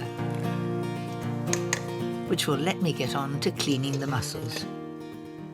I've got 1 kilo of mussels here, and when you get them home, make sure that they're all absolutely tight closed.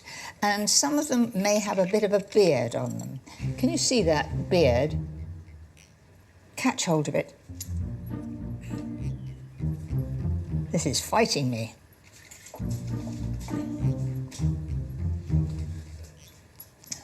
I've won. There it is.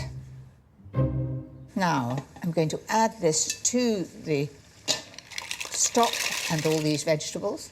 They'll cook in the steam, lid on, and leave them for a few minutes till everyone has opened, and then you know that they're cooked.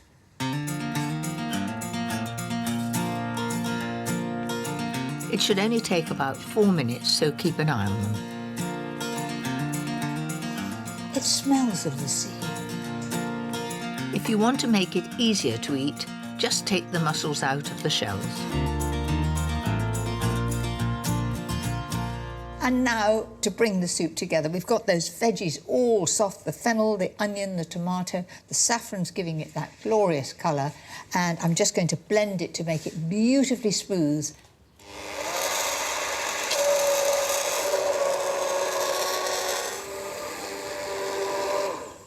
That's it. Just the smell of the sea. It's absolutely lovely. Look at that beautiful, glorious soup. Now I'm going to put that back on the heat. While that warms up, it's time for the fish. I'm using some lovely fresh cod and sea bass. Add to the soup along with the juice of half an orange. So let's give that a stir. Don't be tempted to overcook the fish. 3 to 4 minutes is plenty. To top off this wonderful dish, I'm sticking to tradition and serving it with a rouille. It's simple. 6 tablespoons of mayonnaise, crushed garlic and a few strands of the luxurious saffron, soaked in a little lemon juice. And just a soupçon of salt and pepper. And just mix it until it's all smooth. So that's had its 3 or 4 minutes, that'll be done. We're almost there. Just add the shelled mussels, some lovely fresh crayfish, and a few whole cooked mussels for effect. Just to heat through. Now all I've got to do is to serve it.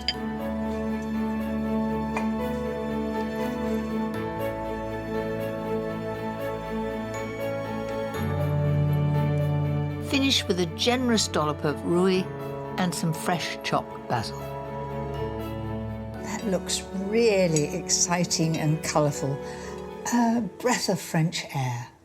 How delicious is that?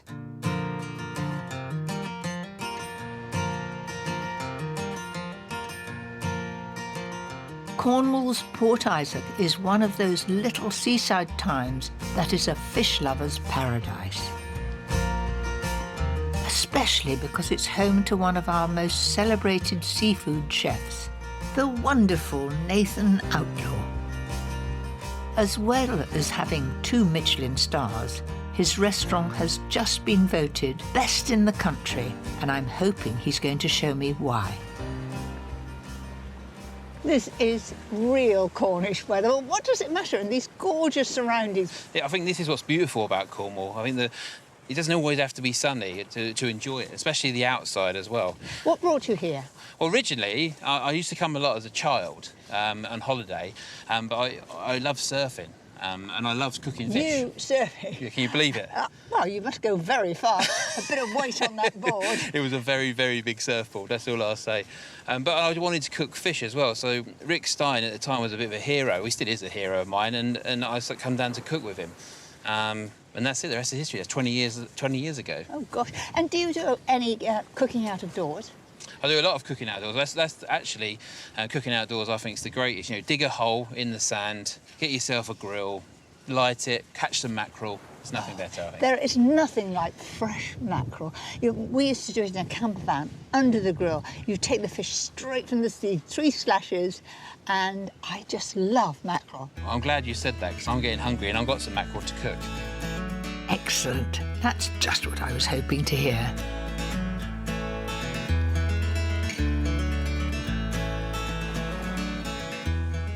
Who wouldn't like to be just here? Even though it's cold and windy, I can think of nowhere else I'd like to be at this very moment. Come on, tell me. Right, so this is mackerel with a beetroot and apple salad with pickled walnuts.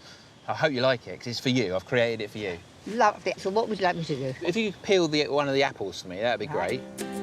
Right, I'm on the apples while Nathan finely slices the banana shallots.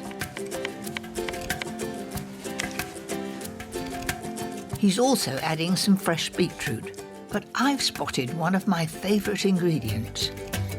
I'd sooner have a pickled walnut than a chocolate. I think they're absolutely delicious, don't you? Well, there's plenty there. Go for it. I might have one as well. I think it's one of the unsung things to cook with. I love it. It's slightly sweet, it's vinegary, and it adds to a lot of sort of meat and fish things. Yeah. Just brings out the flavour. That's why I thought it'd be perfect with this salad. Well, I've left you a few. Come Oh, on. thank you, yeah. You eat them like sweets. Yeah, lovely. I just love a lot of old-fashioned recipes, and I really love British food. That's what I do. I like yeah. to hear. Apples, beetroot, shallots, pickled walnuts are all in. Now for some fresh green chives. And then if you don't mind putting a little bit of seasoning, because I've heard that you're really good at seasoning. Well, I've been told. I like it seasoned, and I like sea salt. The last couple of ingredients, this lovely creamed horseradish. I really, really love creamed Now, horseradish. I take it that's hot. Yeah, it's quite hot. And then just to sort of balance it all out, I've got some natural yoghurt and just a couple of spoonfuls of that as well. And that better be full fat. Of course. We need full fat. It's good. You get the flavour You don't more. get a body like this eating low fat. Exactly. It's like a very exciting coleslaw with new ingredients. Yep, that's right. I can't wait to try it. Good thing the barbecue is hot enough to get that mackerel on. And also, it's very nice to stand It here is on nice, this isn't it? very windy day. A good tip is to make sure the fish is patted dry before going onto the hot grill. Otherwise, it will stick. I reckon this little fella here will take about 6 or 7 minutes. This one will probably take about 8 or 9 minutes. And actually, the smell is fresh fish coming out. Amazing, isn't it? Isn't It's the best, good. it's the best. And I don't mind the flame. I think a little bit of flame gives it a bit of flavour. As long as you've got skin on the fish, and this goes for any fish, it'll protect the actual flesh. Right. Just look at that. Isn't that tempting? And you can see that it's cooking. It's changing from being translucent to a sort of flat white, isn't it? I think that sort of the bubbling skin, the lovely caramelisation of it, I just think it's beautiful. I'm sort of ready with my plate. Yeah. Let's take this one off. You got it? Just in time. I think we're about to get soaked. I'm not noticing the rain. I'm just looking at that. It looks so tempting. There you have it. Mackerel with an apple, beetroot and pickled walnut salad. Who could resist? Look at that. So colourful. All in one go. It's got crunch, it's got flavour, it's piquant, and it's going really well with that fish. I think we better get out of the restaurant. Come on. Let's go, let's go. When the rain stops, I'll cook Nathan one of my favourite barbecue recipes. While we wait, I'll show you a perfect picnic dish that's so easy to rustle up. You could even eat it under an umbrella. I just love all that rustic outdoor cooking. And nothing could be more rustic than a Spanish tortilla. Perfect for a picnic. A classic Spanish tortilla is made from just eggs, potatoes and onions, but not mine. Before everyone starts to write me letters or emails, I'm adding red peppers, and I promise you it's very easy to make at home. First of all, I'm going to cook the onion, and I'm going to put some olive oil in the pan. Unlike an omelette, which of course you cook with butter, a tortilla you cook with olive oil. Just turn that in the oil to start with. Then do it on a very low heat with the lid on. The red pepper is my twist on this classic. Controversial, but I love it. And after all these years cooking, I think I might be allowed.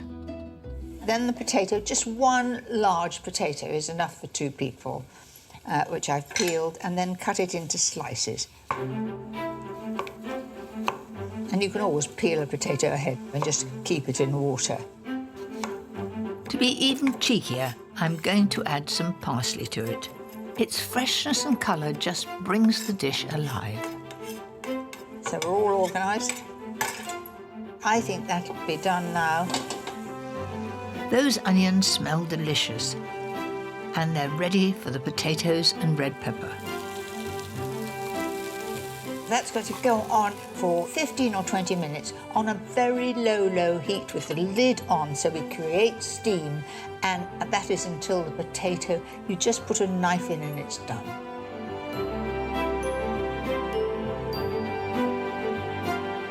Time for the main ingredient. 4 eggs will make a generous tortilla for 2. So that's the egg beaten, just so the egg runs through the fork. Now, let's see how the potato's doing. Oh, it's a lovely sizzle as you open it. Goes in like butter. And the pepper too, that's fine. Season with salt and pepper, then mix the vegetables into the egg so they're perfectly coated before putting them back into the pan. Just level that off, and then a little bit of parsley on top. I love the colour, the bright green and the red. The tortilla will only need a few minutes until the egg is just set in the middle, and I can then turn it over to finish it. So I'm going to put a plate on top, flip it over, full of confidence. Whoops, and it hasn't gone on the floor. How about that then? That's not too bad. Now, just back in the pan to make sure it's set all the way through. That's just only going to take a few moments to just seal underneath because it was almost done. But I want the parsley on the top, so I'm going to flip it over. A wing and a prayer. You see why I wanted it that way up? The parsley looks really good. So that's perfect for a picnic, or you could just have it outside, cut into squares, hand it round to everybody, drink in the right hand. What could be better?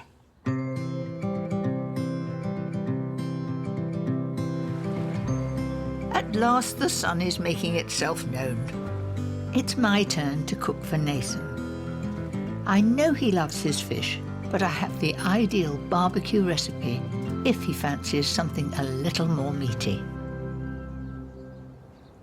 I've got something to show you, and I promise you I wouldn't dare cook for you, and it would be fish. I've got some Poussin, so perhaps if you can help me a bit. Yeah, sure. First of all, let's make the marinade. Okay, yep. You want me to so do that? I've got 4 ingredients for that, and that is rosemary, garlic, honey, and salt. So just take the leaves off those. All right, yeah. I can do that chop for you. them. I'll be your commie chef today. Oh, yeah. It's really making my day having you, my commie chef. May I give you a knife, sir? Oh, thank you very much. That's right. While Nathan gets on with that, I'm going to mix 2 tablespoons of honey with 2 more of olive oil. And I'm going to put a good amount of pepper and salt. In goes the rosemary, There you go. I might say it's beautifully chopped. I'll try. and now all we need is the garlic. Now, when you do garlic, how do you do? I mean, I do it just either grating it or through a press. What do you do, Colin? I usually crush it with the side of the knife. But there's a bit of pressure going down there for is, you. there is. I mean, if There I did is. that, it wouldn't squash it. Go on, do it then. So you just crush it like that. You've done that before, haven't you? A few times, yeah. Perfect. And a little bit of salt. Yes, I can remember in France, some early holidays, old men in the market crushing garlic with salt and putting it on bread and Yeah. eating it like that. Yeah, no, I've worked with a French chef, but he did the same thing for breakfast. Exactly. Yeah. Garlic and salt Yeah. on crusty bread. It's not my idea of a It breakfast. smelled lovely. Yeah. Is that enough for you? Perfect. And in here. Now that's a really good marinade. What makes this dish foolproof is the classic way of flattening out the Poussin, or spatchcocking it, so that it can be cooked evenly on the barbecue. Simply cut out the backbone with a pair of kitchen scissors. And then the other side. That's it. And then I just get my flat on my hand. Yeah. And you do just the same. And you do about... Probably crush it, but it. I mean, I think it That's quite, yeah. But just press that down. that's it, it's good. And there it is, spatchcocked and all ready. Simple. So I've got a bag here. Pour that delicious rosemary, honey and garlic marinade all over it. And then you massage that in. That can sit there while I wash my hands and get on with the final bits. A tasty, garlicky aioli. Do you ever make aioli in your restaurant? I do, but I'm looking at the ingredients here, and you're doing it very different, so I'm intrigued to see how you're going to do it. Well, let me do it my way, and then Yeah. you can tell me whether you like it or not. I'm starting in the traditional way. Lots of garlic for my commis chef to chop. Should we have 3 just to make it really garlicky? Emotional. Emotional, come on. And then I'm going to take some mayo, 6 spoons of that. And do you know what I do at home? I do it round the bowl. And if I get interrupted in the middle, I know how far I've got. These little tips are really great. I mean, they're all the things I'm picking up from you. Come on. I wouldn't, yeah, no, honestly, I would have put 6 spoons in there. I would have gone away because someone had called me away to taste something. I'll come back and I would have forgotten I had to start again. Well, I've been in the business a bit longer than you, and so you pick up these things on the way around. like a and I bet school day for me. You do it naturally. Were you cooking at school? I was, yeah, I loved cooking at school. It's my favourite subject. I think it was a combination of that and all the girls were in that class. Let's have a confession. Did you actually take it in your exam? I did, yeah. Yeah, so did I. It was the only one I got, but don't tell my children. I think I only got a GCSE grade C, I think, which isn't that great, really. Is it? But Well, I don't which think is, mine was any better, but we've done all right, haven't we? yeah. There you go. That's the garlic in. What's different about my aioli is I add 1 to 2 tablespoons of creme fraiche and chopped parsley. They're my little twist, and I promise you it's delicious. And then to bring out the flavour, some lemon. Just half? Yep. And an ingredient that you might not have added is just a dash of sugar, like that. All right. Sea salt going in, and a little pepper. And that's it. Now you taste it, because you're an expert. Come on. You're on a tasting panel now. I'm not judging Mary Berry. Now, honest, come on. Do I That's need really, a really good. bit more lemon? I think no, I don't. I think it's got enough lemon in it. And garlic, I can taste the garlic. I bet you wouldn't have put that pinch of sugar in. I think the sugar's brought everything alive. Well, you're top of the class now, so that's good. As soon as they hit the bars, you get a lovely smell Exactly. straight away. A barbecue is one of my favourite ways to cook in the great outdoors. And what better than having a Michelin star chef to man the fire? I think when you're cooking something like this on the barbecue, it's going to take a bit of time, so the best thing you can do is have a drink. OK, what about it then? Oh, you can just smell that fragrant rosemary marinade.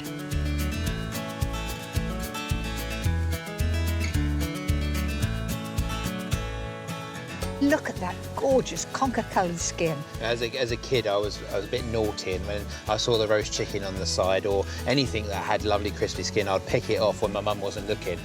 It'd all be gone. So what do you think, Mary? You ready? I think those look perfect. Beautiful.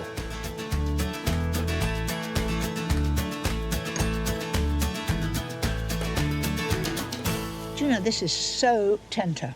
And that marinade gives it so much flavour.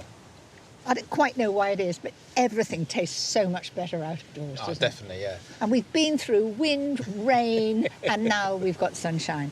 It's perfection. It's so good. It's lovely. Well, the good weather seems to be holding out. So I think it's time for something sweet and summery. Italian panna cotta is one of my all-time favourite foods. Rich, creamy and decadent, and it must have a bit of a wobble. And I'm going to show you how to achieve the perfect one. To get just the right wobble, panna cotta needs to be set perfectly. I've got 6 leaves of gelatin. Now, it does come in different sizes, so I weighed it, and it is 11 grams. I've got cold water here, and you soak it until it's soft. While you wait, pour 600 ml of single cream into a pan. Right down to the last drop. That's it. And then 300 ml of double pouring cream and 75 grams of caster sugar. So I'm going to heat that until it's hand hot. I mean, when you put your finger in, you can't keep it in. So I'm going to turn that on. Then I'm just going to keep an eye on it. Don't leave it. Doorbell rings, stay with this.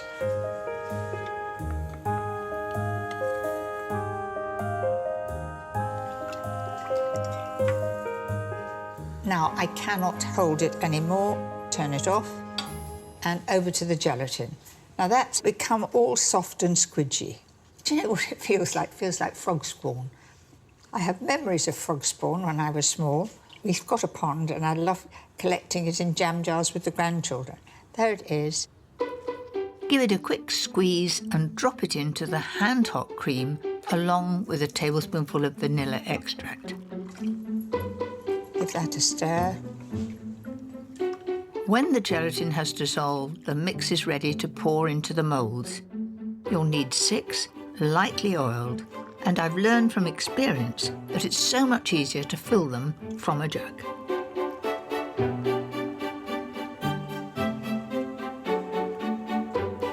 These go into the fridge for 6 hours. I usually do it overnight. Mission achieved. Not a drip on the side.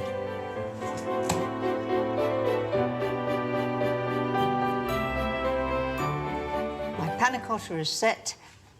And when I turn them out, I'm going to add an exotic addition. I finely diced some fresh pineapple and stem ginger. That just gives it a little bit of poke, a little bit of something to give it a lift. Add 6 tablespoons of the ginger syrup from the jar. Look at it. Delicious. To turn out the panna cottas, dip them into a bowl of hot water. As hot as you can get your hand in. Mind your fingers. Hold it for a few moments. Can you see there? Look, if you just, it's moving round on its own. So I'm going to put the plate on top of that and then over like that. Now, it may not come straight out because it might have an airlock, so just push it like that, then it'll plop down. There it is. Now, do you remember what I said about the wobble? Look at it. That is perfect. The crowning glory is the topping of juicy pineapple and fiery ginger.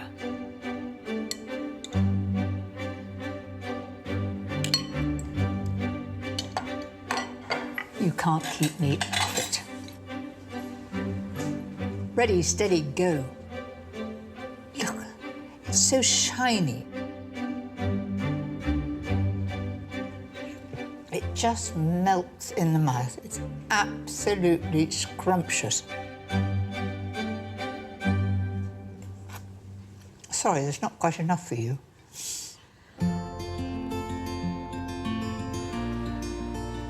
It's just my luck that as the weather's brightened, I have to leave glorious Cornwall. But it wouldn't be a day in the great outdoors without one last seaside treat.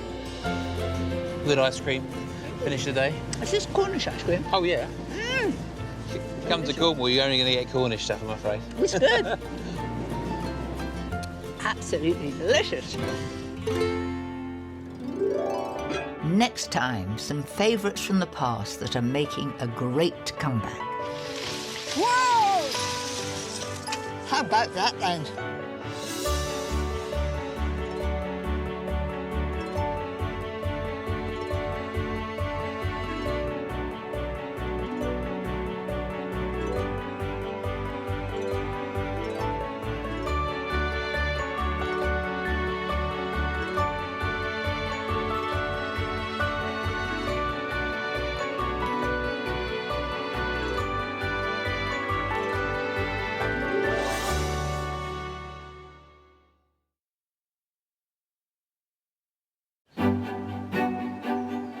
I've been cooking for quite a few years now. So many recipes have come and gone, but there are wonderful classics that are as popular as ever. In this series, I'll show you how to cook some of the best of them in my very special way. I'm just saving on the washing up. From tempting dishes inspired by the great outdoors, All in one go. I think we better get out of the restaurant. Come on, let's go, let's go. to classic home comforts that'll put a smile on your face, and timeless ideas perfect for entertaining. I can't wait to see my artichoke candles on your dining table. These dishes can often seem daunting, but I'm going to show you some tips and techniques that make them quick, easy and simply delicious. And most importantly, with almost no fuss. In this programme, gorgeous ideas for light and easy meals. I'm going to be helping with your school dinner.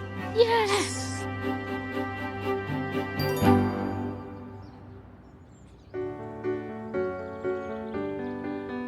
Cooking doesn't have to be complicated, even when you're cooking from scratch. I have simple, light ideas that are easy to make and delicious to eat.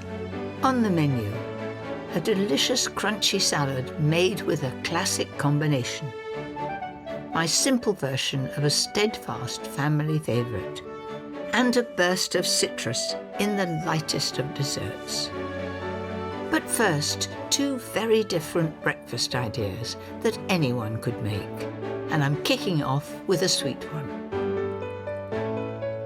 Don't you just love weekends at home, starting with a proper breakfast?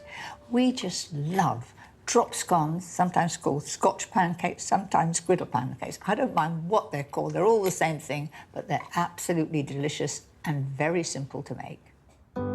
First of all, 175 grams of self-raising flour. In it goes. Doesn't need to be sieved. It's going to be well beaten. Add 40 grams of sugar and a teaspoon of baking powder. Now just make a well in the centre. Break an egg into the middle. I've got 200 ml of milk, about half in to begin with, and then you work it round to gather in the flour.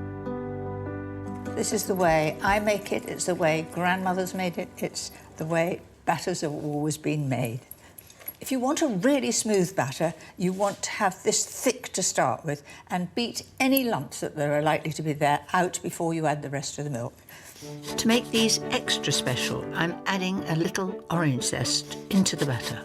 It just makes it that little bit different. I'm going to give it an extra beat. Absolutely no lumps in that at all. Now it's safe to add the last of the milk.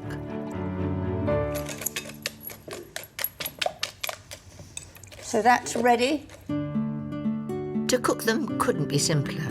Add a little oil to a non-stick pan. And then you drop the mixture in rounds. Spread it a little. And then do the next one. These cook in a jiffy, so I do just 3 at a time. And you wait until the bubbles, you can see them coming up here, and flick it over like that, and then the last one. And then they will puff up. Look at them puffing up now. This is now ready. To keep them moist, you want to put a clean tea towel over the top while you do the next batch. A 1-egg mixture should make about 24. It's so easy.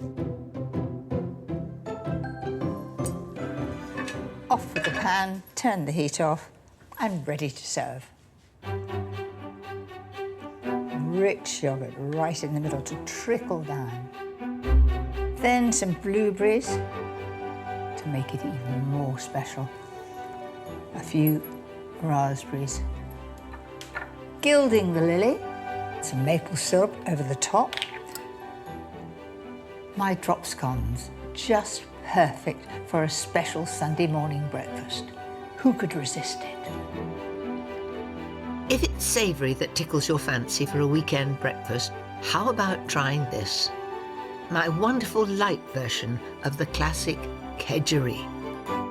If you're not familiar with Kedgeree, it's a rice dish with a hint of curry, and the essential ingredient is smoked haddock.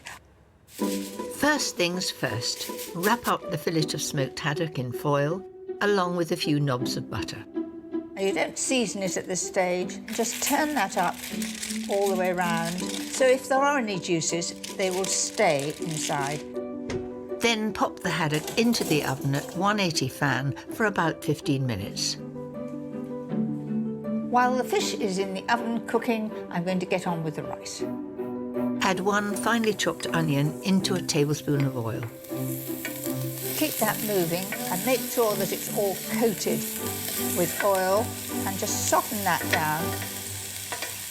And the best way to do that is to put the lid on, and that'll take about 5 minutes. There it is.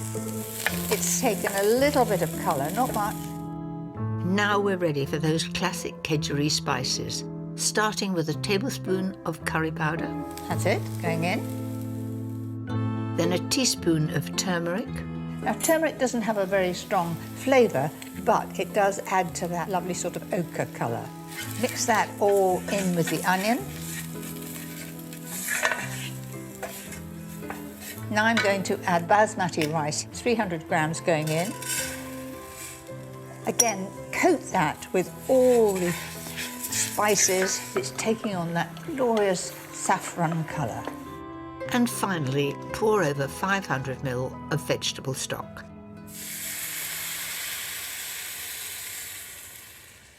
Bring to the boil, put the lid back on and turn down the heat. While that simmers, I can check out the star of the dish. So that should be ready, just as I want it. Just break it with a fork. Fairly big pieces, that's absolutely perfect. Now, if that rice is done, we're ready to roll. The rice is absolutely perfect. There's a hint of a bite in the middle, but it's delicious. Add 150 grams of sliced button mushrooms that have been sautéed in a little butter. We're getting there. All I've got to do now is to add the fish and finish it off. And don't forget the best bit, those delicious buttery fish juices. Look at that. Every grain is separate and it's beautifully light. I suppose you could say that the cream is optional, but I think just a little added is good. What's that, a couple of tablespoons? All that's missing now is a tad more seasoning and some sharp lemon. Give it a quick stir, and then we're ready to put it in its final dish. It looks very, very tempting. Oh, it smells so good. But no Kedgeree would be complete without boiled eggs. They will cook for about 5 minutes, and they're still runny. So just lift those onto there. If it trickles down the egg yolk into it, all the better. They're still warm. It can all be higgledy-piggledy.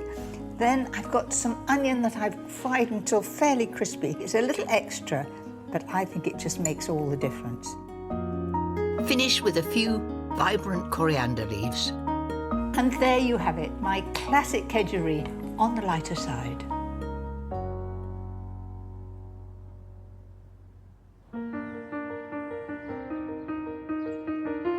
I've come to Charlton Manor Primary School in London, where the children are encouraged to muck in and learn how to grow and cook their food from scratch. Year 5's Kahindi is taking me to the source of all this inspiration. Welcome to our secret garden, Mary. The school is a member of the Royal Horticultural Society's campaign for gardening, and this quarter-acre plot not only teaches the children, but feeds them as well. What do you grow here? We grow vegetables and that supply the kitchen and the shop that we have on Saturdays. We sell the honey that we make and the produce that we make from the garden. What's the favourite part of the garden for you? I really like feeding the chickens. Chickens? Ruling the chicken roost is Year 6 pupil Irvin, and it appears he's got his hands full. So you're guarding the chickens. Have they got names? Yeah, they do. This one is me because it has an afro, and you can see this right here, and it's handsome. Then this one right here is Donald Trump. Now, come on, why Donald Trump? Because every time when I'm feeding them, he makes a wall so the other chickens can't come. And it's quite in charge over here, is it? Mm-hmm. But it's been taken over by Obama. Obama's there. Ah. The colourful feathers and long neck. I like Irvin's name choice. With 18 chickens in the West Wing, the canteen has a daily supply of eggs, but I'm much more interested in what's growing around it. Today, I'm going to be helping with your school dinner. Yes! Can you tell me what these are? What's that? Purple kale. Well done. And do you know what this is too? Rainbow chard. And then I'm going to shred it up and stir fry. Do you like stir fry? Yes. So let's start off with having some kale. Curly kale. It's a lovely colour, isn't it? That's It goes perfect. everywhere. And what about the chard? I'm going to get A some couple yellow. from each of you. I'm going to get white one. That'll be absolutely delicious. Nice to get a bit of crunch. The stalk is good. Now, how about an onion? Can you get me an onion? A big one. The biggest there, that's a good idea. Oh, that's beautiful. We'll clean it off later. All this veg will make a vibrant dish for the children's lunch later. Before I get cooking with them, I'm going to rustle up a salad that couldn't be any lighter.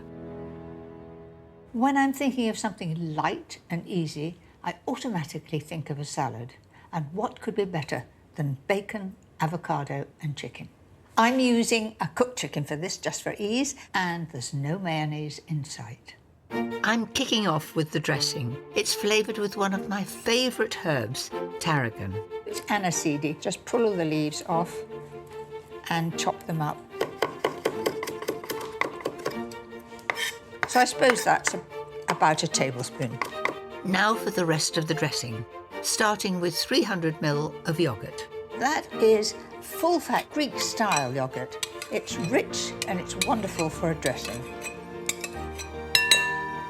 Next, 1 tablespoon of Dijon mustard, 2 teaspoons of white wine vinegar, That just sharpens it up. more lift from the juice of half a lemon, and a finely chopped spring onion. Now we need some sugar, pepper and salt, and the tarragon. There. I love that smell. Creamy tarragon dressing makes a perfect partner for the chicken. I quite like having little cubes of it. You do just as you like. In there. Now I'm going to mix this all together. I want the flavour of the tarragon and the mustard to get in with the chicken. I think I should really taste this. I could eat it right now. It's delicious, but it'll be even better when I've left it for a bit. To allow all those lovely flavours time to really hit it off, cover and chill for 4 hours, or preferably overnight. Now for the rest of the salad, starting with 2 avocados. I take a spoon and I put it in the palm of my hand and wriggle the spoon round at each end and then put the cut side to the board. And it's as clean as a whistle. Cut into neat slices and cover with a little lemon juice to keep the avocado from turning brown. I can't wait to bring the chicken, bacon and avocado all together on one glorious plate, lined with some crispy lettuce.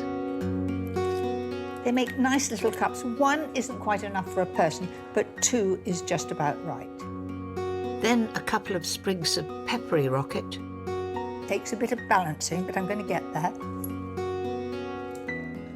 The chicken goes on next. I'm just edging it together, sort of almost like a butterfly.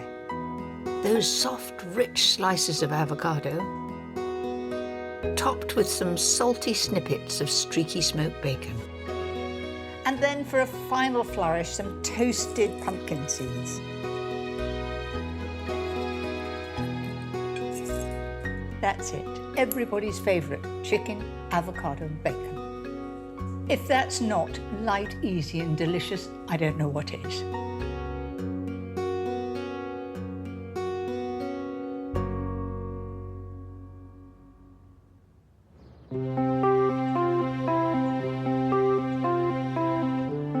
Back in South London, it's almost lunchtime.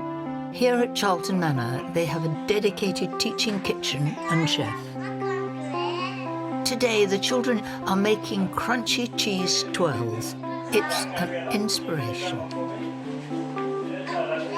I've spent my life teaching others to cook, and I couldn't think of a better place to do it. Kahindi and her friend Elizabeth are going to help me make a vegetable stir-fry with our fresh haul from their secret garden. We've already picked those vegetables over here. So, Elizabeth, that's a courgette. If you can cut the end off and then cut discs of it, rounds of it. And what would you like to cut? Can I cut the butternut squash? Yes, this is butternut squash. Do you like butternut squash? Yes. Oh, that's a bad sign. It's gone in the sink. So, we're going to cut those into little strips. So 1 thin slice. That's right. It's firm, isn't it? Yeah. Very. And then take that slice and cut it into slices across there. Those are beautiful. It's quite skilled to cut it so nice and thinly. These children have been cooking for years, and their confidence is a joy to see. So you've got a nice pile there. Can you put them on top of there? That's a good job done. Mary, yeah? you look really nice in pink. I like pink. Well, you look good in yellow. I'm going to go put this in the cooker. They even save the peelings for the garden's compost. We picked some beautiful kale. Chard. You're on the ball this morning. I think I got up too early. With 2 extremely able assistants by my side, we've fired up the wok and are ready to start cooking. Right, that's really, really hot. Can I have the bowl over here? Now, I'm going to just put the first things in, which is just a little bit of onion, because the onion will take a little bit longer. So in it goes there, and a little bit of the butternut squash. That takes a bit longer. Do you want to have a bit of a stir? That's it. There we are. Now, I'll just give it a quick whiz. That's good, it's hot. We need to get the rest in. So if you can just push some peppers down. And Elizabeth, can you put some courgettes down there? That's a very familiar smell and insanely smoky. Yeah. Now, can you give me a bit of kale to go in there? Right in the middle. And chard now. In it goes. You've done this before, haven't you? Do you want to have a stir? I'll keep it steady. Every vegetable keeps its colour. Yeah. And it's a very healthy way of cooking vegetables because you've just got a little bit of oil and they'll taste delicious. Tiny little bit of salt. Can I add pepper that way? You like pepper, do you? Yes. And you like spicy food? Yes. Yeah, and you're not trusted with salt. Yeah, I can't be trusted with salt. Why aren't you trusted with salt? I was making eggs once and I poured salt all over the eggs, and it was really salty, but I still ate it. Did you? Which is very awful for your health. Did anybody else eat it? No, just me. I think that's just about ready. This is a very easy recipe, and you can make it at home. You can make it at home, but will you go easy on the salt, please? Yes. Right, can you just stand back? Give it a shake. Oh, it's beautifully colourful. I reckon nobody's looking. You can have a little taste of the particular vegetable that you like. That's your chard. Now, I want the truth. What did you think of it? It tastes good. Very delicious. Thank you, girls. You've been absolutely brilliant. Take this over to the restaurant, and while you've gone, I'll finish cooking all of these. Thank you. OK? Thank you. Bye, Elizabeth. Sometimes it's hard to get children to eat what you cook, especially if they're fussy. Making one of their favourites from scratch will be a big step in the right direction. There's nothing nicer than a homemade beef burger. You know exactly what goes into it, and it just melts in the mouth when you eat it. I've got first quality minced beef here, so 500 grams into the bowl. Breadcrumbs are essential in a burger, but add too many and they'll be stodgy. I've just got 50 grams here. A medium onion that I've chopped really, really finely. If you're not good at chopping onion, you could always grate it. That's the basics. Now for some delicious extras, starting with 3 tablespoons of chopped fresh parsley, 2 teaspoons of Dijon mustard. Now that really does bring out the flavour. And more punch from a tablespoon of rich sun-dried tomato paste and some chopped marjoram. This bright green adds to the colour of my beef burger. To bind it all together, I'm going to have an egg yolk. There it is, going in. Lastly, some salt and pepper, then just dive in. I really like getting my hands in here. You know, you can feel when it gets together. And you know, if you've got a young family and they really love beef burgers, let them make their own. They'll love it, especially if they're allowed to get their hands in. So work that into a shape and divide it into 6. It's a good tip to wet your hands before you shake them because it makes it that much easier. But gosh, it's not too difficult, is it? I mean, what I do is roll it into a ball and then flatten it out. And if some are a little bit bigger than others, people have different sized appetites. That's what I say when I make a mistake, because that one is a little bit bigger, isn't it?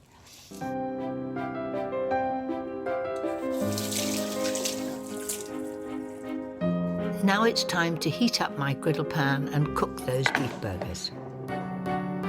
Rather than putting the oil in the pan, I'm going to actually put the oil on the beef burgers. This way, the burgers won't stick and the oil won't burn. So lift each one with a fish slice into the pan and over.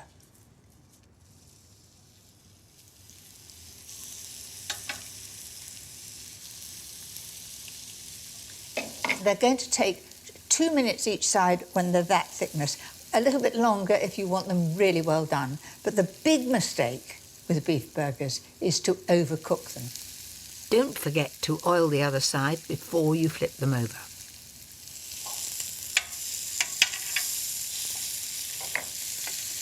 They've had their time, so just turn those out.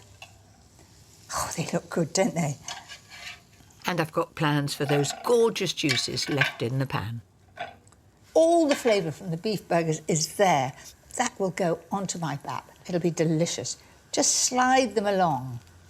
Make sure all that gubbins is coming with the extra special brioche baps. It's browning nicely. It should take about a minute for your buns to take on the stripes of the griddle pan. And now it's an assembly job. It's all about the layers. First mayo, some lovely crisp lettuce, a juicy slice of tomato. We're getting there. Gosh, it's quite a mountain, isn't it? Last on is a slice of sweet pickled cucumber, and top the whole lot off with a jaunty bun. Listen, they're crispy too. They look so tempting. So there are my beef burgers in all their glory, a real family classic.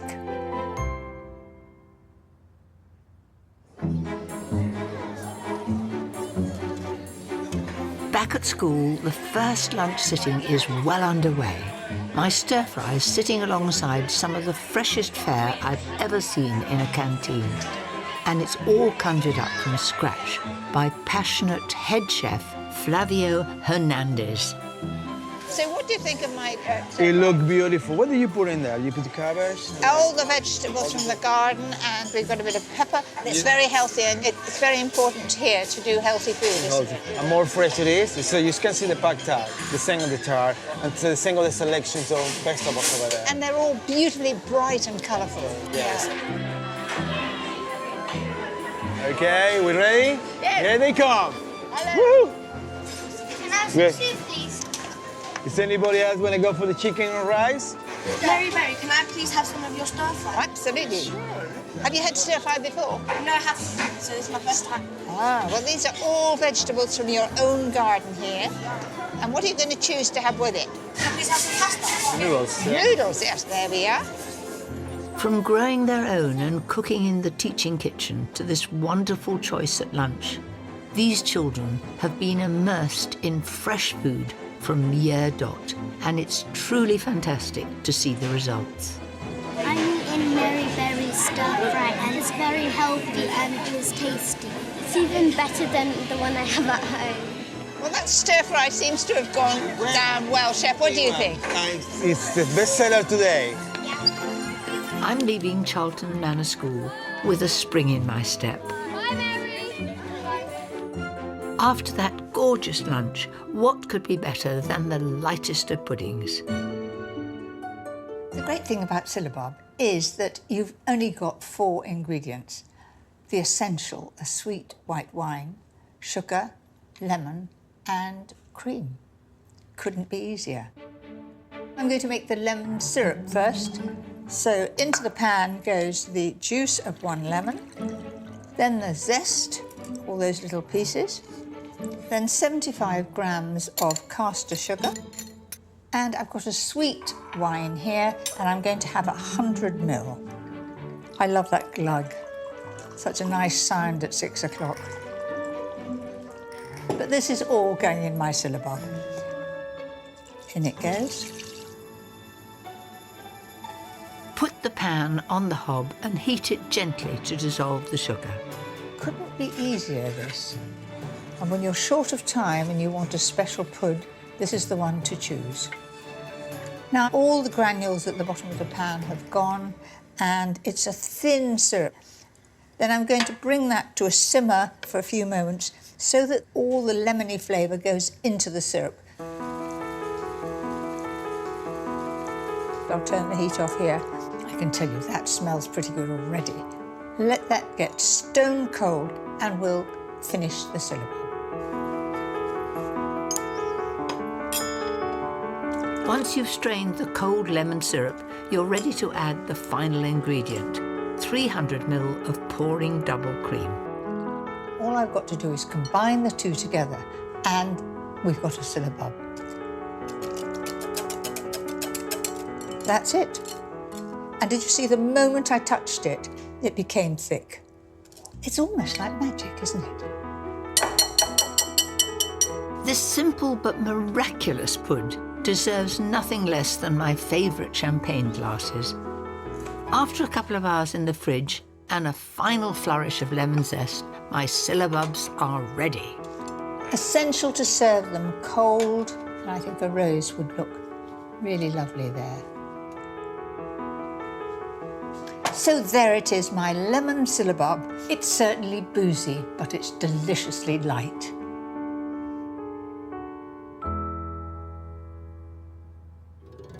Next, I'll be travelling back in time to celebrate the best of this green and pleasant land.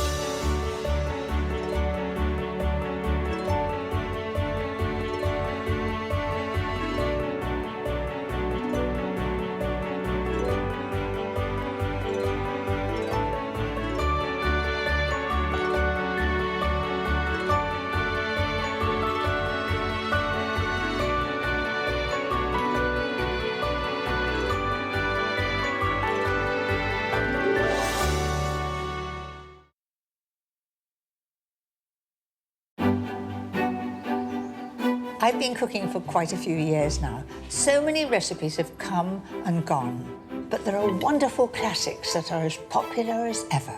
In this series, I'll show you how to cook some of the best of them in my very special way. I'm just saving on the washing up. From timeless ideas, perfect for entertaining, I can't wait to see my artichoke candles on your dining table. to tempting dishes inspired by our green and pleasant land.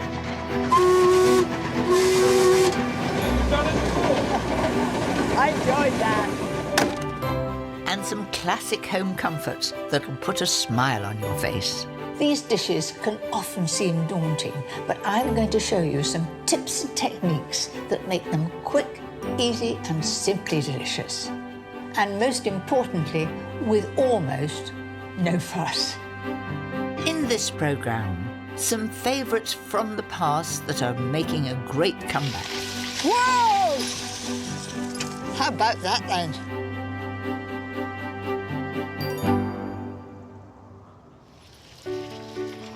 Some traditions never die, even though they become less popular. The same can be said for food. I want to cook you some recipes that had fallen from favour, but are now making a comeback. A French classic that was once the cornerstone of fine dining. The quintessential 70s favourite for a scrumptious lunch. One of the original one-pot wonders, full of flavour and warmth. And this heavenly combination of banana and toffee, where would we be without it? But first, a starter that's come flying back into our hearts. Prawn cocktail was the fashion in 1966 when I first made it. The very first dinner parties that we had when we were married, an awful lot of thought and effort went into what you were going to serve. And if it was a really special occasion, without doubt it would be prawn cocktail. This neon pink starter was once found on almost every restaurant menu. 50 years on, and it's staging a well-deserved comeback. For me, the secret to a perfect prawn cocktail is all in that famously pink Marinade sauce. Couldn't be easier. 150 ml of mayonnaise, and use the full fat one.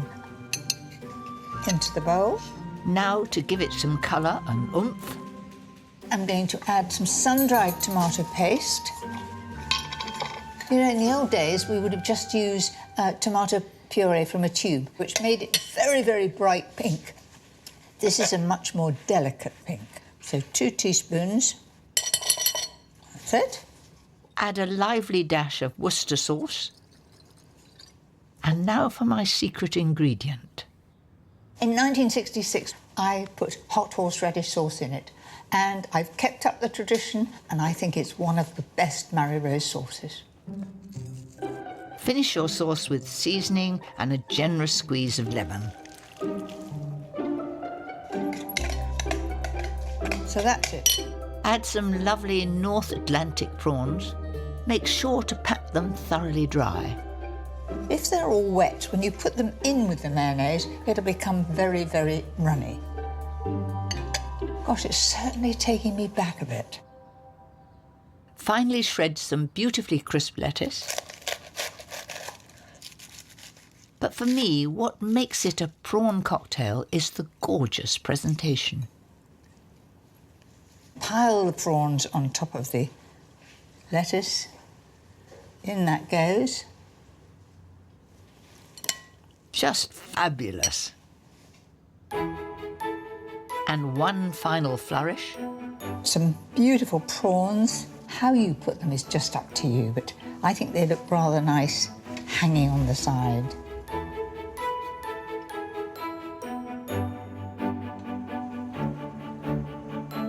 That's it. And then take the lemon and make a slit just through the pith. It'll grip on the side of the glass.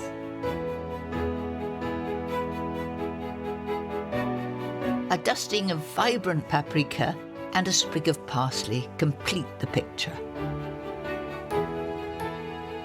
In 1966, prawn cocktail was very avant-garde, right up to the minute, very fashionable. Well, here we are. I give it a great welcome back because I love prawn cocktail.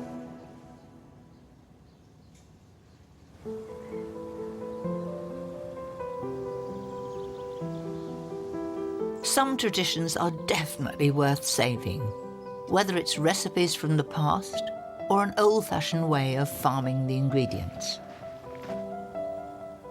I've come to a beautiful corner of Hampshire next to the New Forest to meet Robert, a farmer with a lifelong love of horses. Morning, Mary. Good morning. Shake hands as soon as I got rid of this lot. Hello there. How are you? You okay with horses? I love them, thank you. What's she called? This is Edith. Hello, Edith. You're going out to do some work, young lady. And just to top it off, she's got to work with a stallion as well. So Dear. You're going to have a tough time. it's your turn. Edith, get Come off on. me. Like many of the horses he breeds, Robert was born on this farm, and he's never strayed from the old ways of working the land. Forgive me, but, you know, there aren't machines. Why do you do it with horses? My father never fully mechanised, worked tractors along with horses and vice versa. And so Dad never got rid of them when everybody else did. And so I was brought up with them. They sort of grow on you somehow. And how many horses would you use for ploughing usually? We use anything up to 8. Good gracious, you'd prefer it this way? There are days when you think, well, I'm not sure why I'm doing this at all, but it's a joy. If it goes well, there's nothing better. Well, we've got her all ready. How difficult is it? Will you show me? Oh, certainly. I have never been ploughing before. Oh, well. Not with horses. Well, come on, Edith. We'll put the bridle on Norse first. It's never too late to teach an old dog new tricks. Come on, Edith, try and keep up.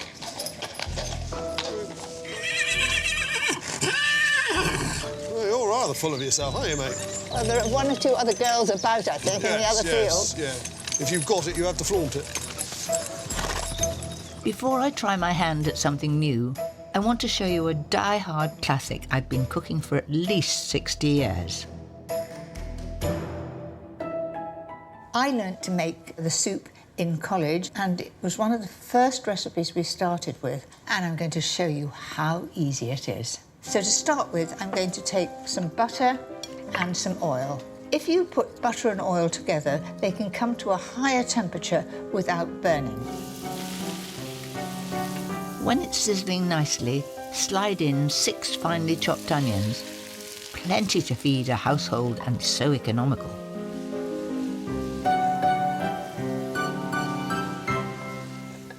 You coat them all in the butter and the oil.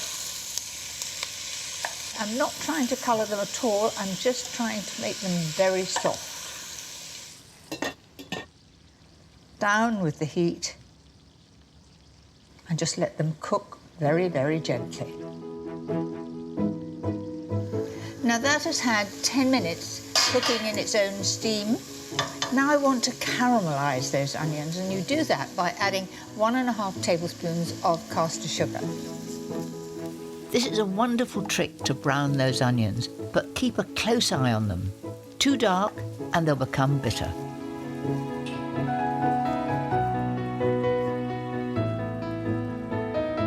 So the onions have been cooking for about 15 minutes. They're a gorgeous sort of conker colour, and the smell is wonderful. The next thing is I'm going to add 200 ml of wine, and I'm pretty good at judging 200 ml in a bottle. Years of experience. So in that goes. Exactly. Turn up the heat to drive off the alcohol and reduce it by half. Then add 2 litres of good stock. Already the soup is that gorgeous deep brown colour, but to add fragrance and flavour, 3 bay leaves and a sprig of rosemary. Give it a good season and a final 10-minute simmer. And the soup should be ready now. Look at that. Oh, it smells absolutely beautiful. Find a lovely deep bowl to do it justice. I think this is every bit as good as you would have it in France. After all, we've used exactly the same ingredients. To top it all off, I need one more delicious morsel. Bubbling croûtes smothered with mustard and Gruyere cheese. Oh, I love it. That makes me think of Switzerland. Funny that we should be using it for French onion soup.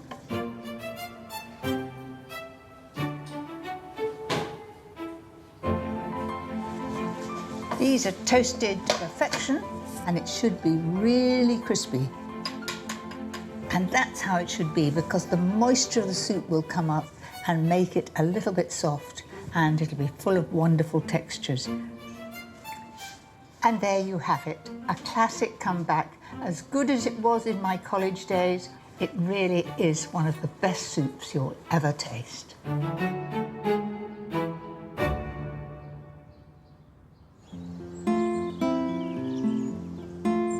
Back on the fringes of the New Forest, I'm about to have my first taste of ploughing, the equine way.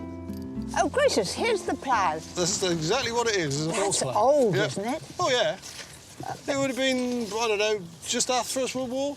Really? Come on, excuse me, I know you don't really want to go to work, but, you know, a little more enthusiasm would be nice. I hope he's talking to the horses, not to me. Right, twinkle toes in the furrow. Eat it. Thank you, that's where I want you. Hold fast. I've been driving a car for decades, but this is something else.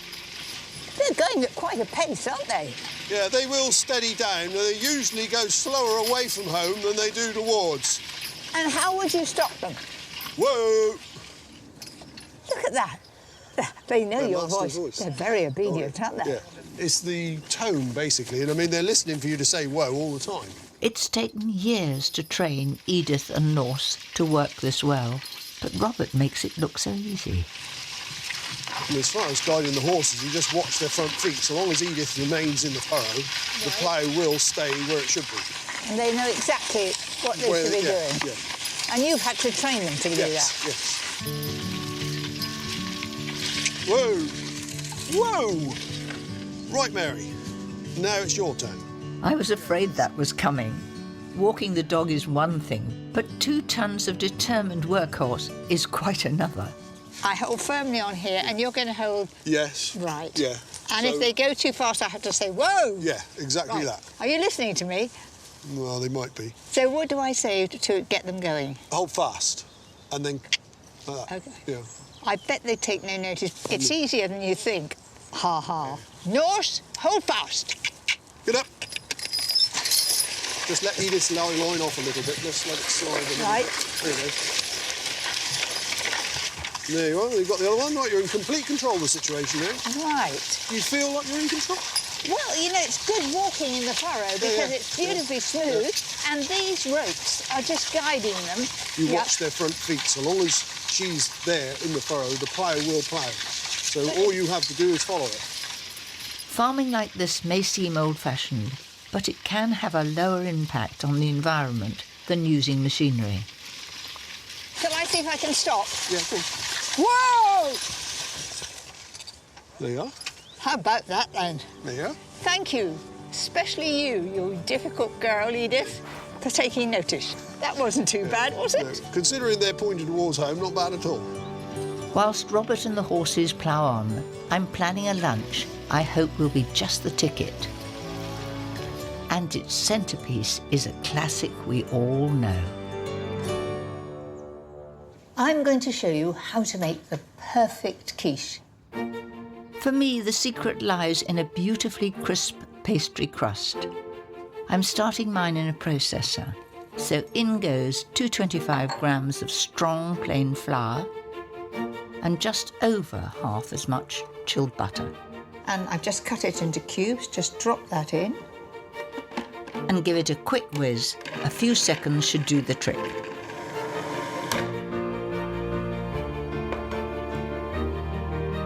Now that, to me, resembles breadcrumbs. To bind those breadcrumbs together, I like to add a whole egg with just a touch of water. Exactly 1 tablespoon. On with the top. and then process it until it is almost coming together.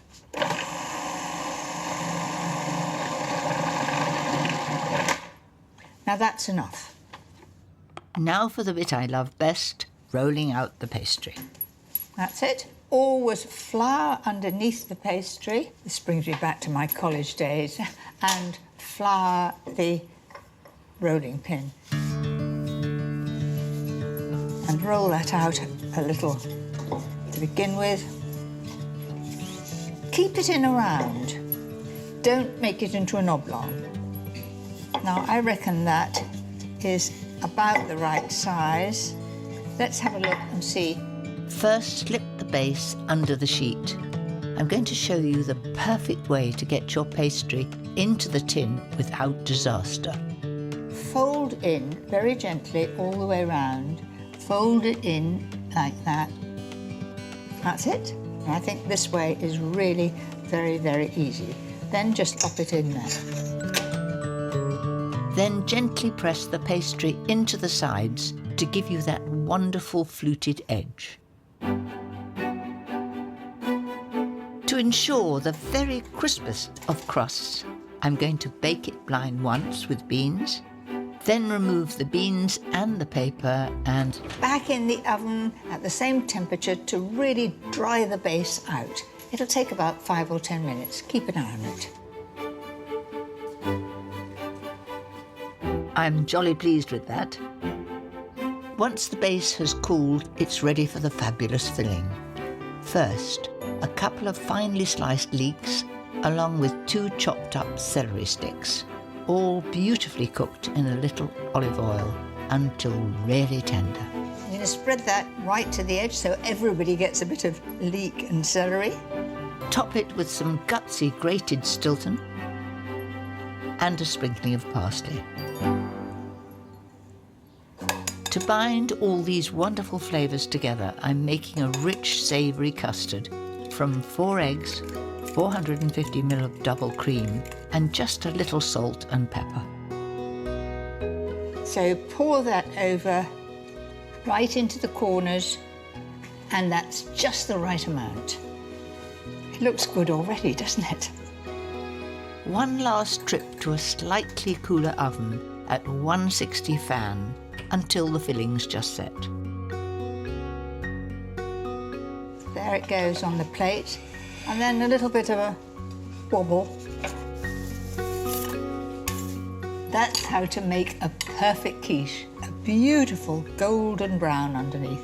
The custard is beautifully set, and I know it's going to taste delicious.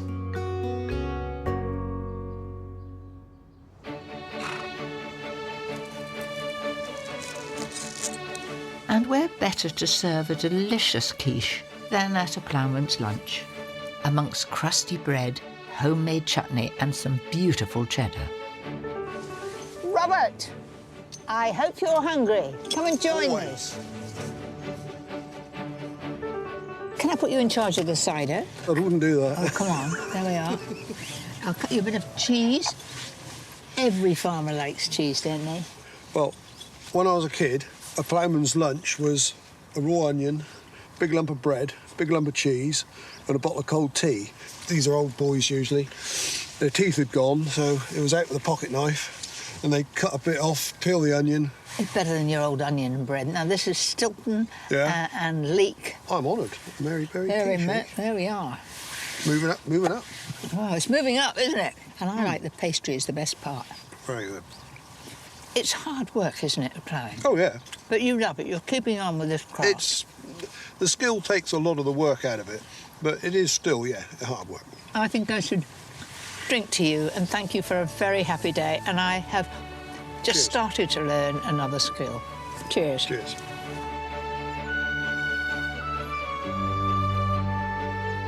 Being on the farm with Robert reminds me of another hearty classic that deserves to be championed. Irish stew must be one of the original one-pot meals.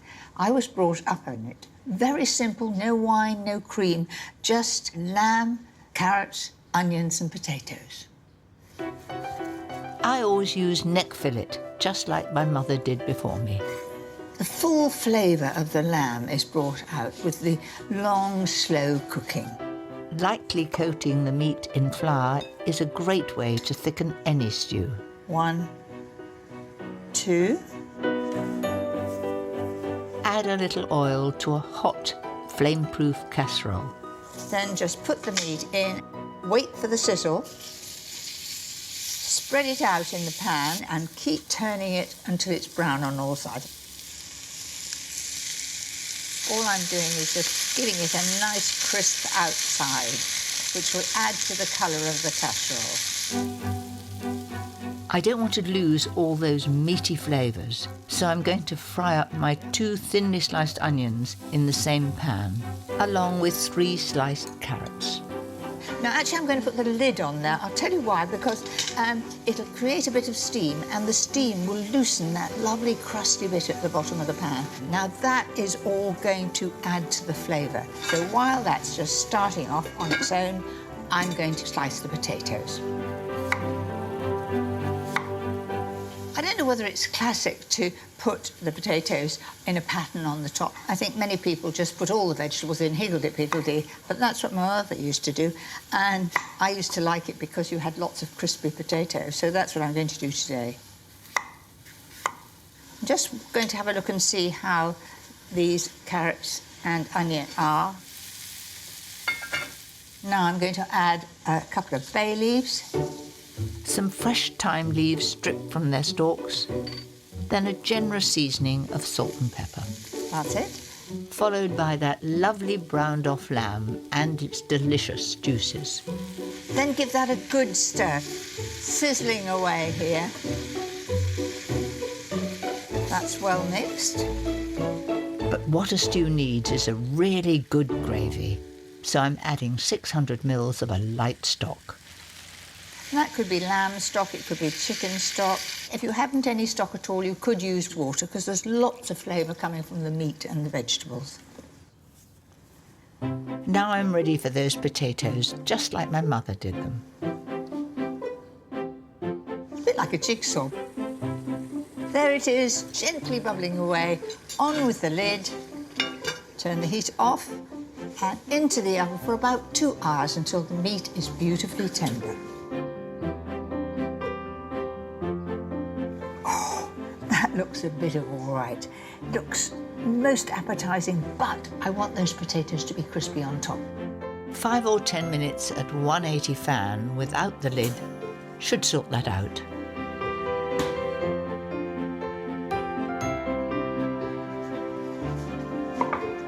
This doesn't half remind me of home. Let's see how it is. The carrot, the potatoes, the meat, and all that wonderful juice and gravy. That slow cooking, it makes all the difference. Pretty good.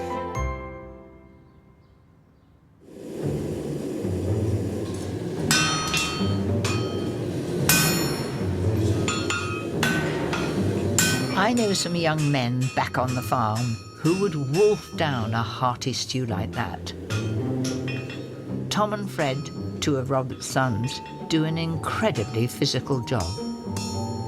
You might imagine this back-breaking ancient trade would be on its way out. But over 2,000 registered farriers are still toiling away in the UK. That's certainly hard, hot work. It certainly is. And that's for quite a big horse, isn't it? Yeah, this is for cart horses. We only make the cart horse shoes now. Everything else you can buy in much cheaper and easier than sweating over this. So how many horses do you have here? I don't know, must have 30 full-breds and probably 20 odd ponies and things. There's got to be 50 horses here. Well, you could be kept in business on your own horses, couldn't you? Dad doesn't pay very I was just going to say, I bet he's not as generous. No, certainly not. But these 2 don't just earn their money through sweat. It took them 4 long years to gain the expertise required to shoe horses. You've got to know about where the blood is, bones are, ligaments, everything. And that's why the apprenticeships are long. So you've got to have the skills, you've got to be able to do all of it. And you do that all by the eye, you don't measure it, that's experience. I used to measure it when I was learning. I notice your dog is very near, knows exactly what you're doing. It's amazing to think that was a straight bit of steel before you started. Magic. It is magic. You've got to be tough to do your job, haven't you? I can see you've got an awful lot to do. And at the back there, I can see 2 mugs of tea. You haven't half deserved it. Thanks so much. If anyone deserves something rich and sugary with their cuppa, it's these two. I'm pretty sure a slice of my banoffee pie would go down a treat.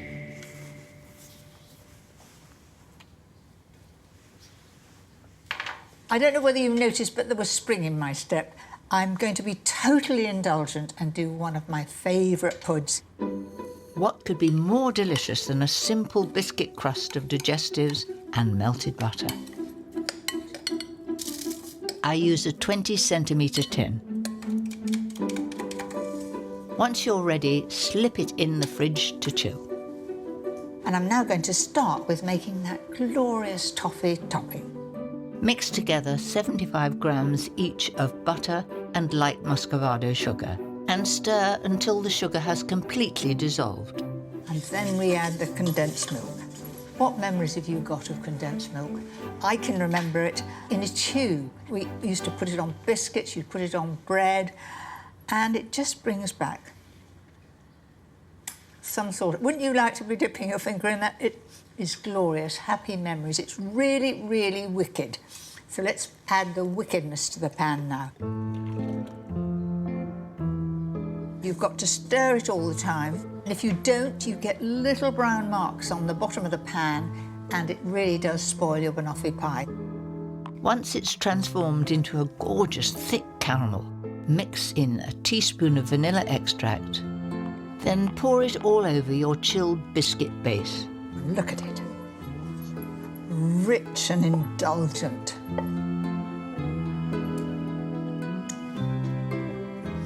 It is delectable. It's absolutely delicious. I'm just saving on the washing up. After an hour or so in the fridge, my irresistible toffee should be set. What's needed now is a layer of bananas. Just in from the edge, because if I leave the edge right out, it'll go brown, so I shall be keeping the air from it when I put the cream on top. Just in case you thought that wasn't enough richness, it's time for a generous dollop of whipped cream. I told you it was an indulgent pudding. If you can fight off the clamouring crowds long enough, give it another hour to chill. Finish with a flourish of piped dark chocolate.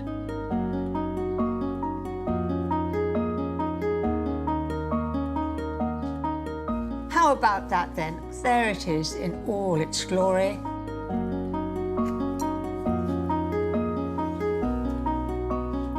Not much gets better than this. It's absolutely superb. Well worth the effort, and I'm enjoying every mouthful.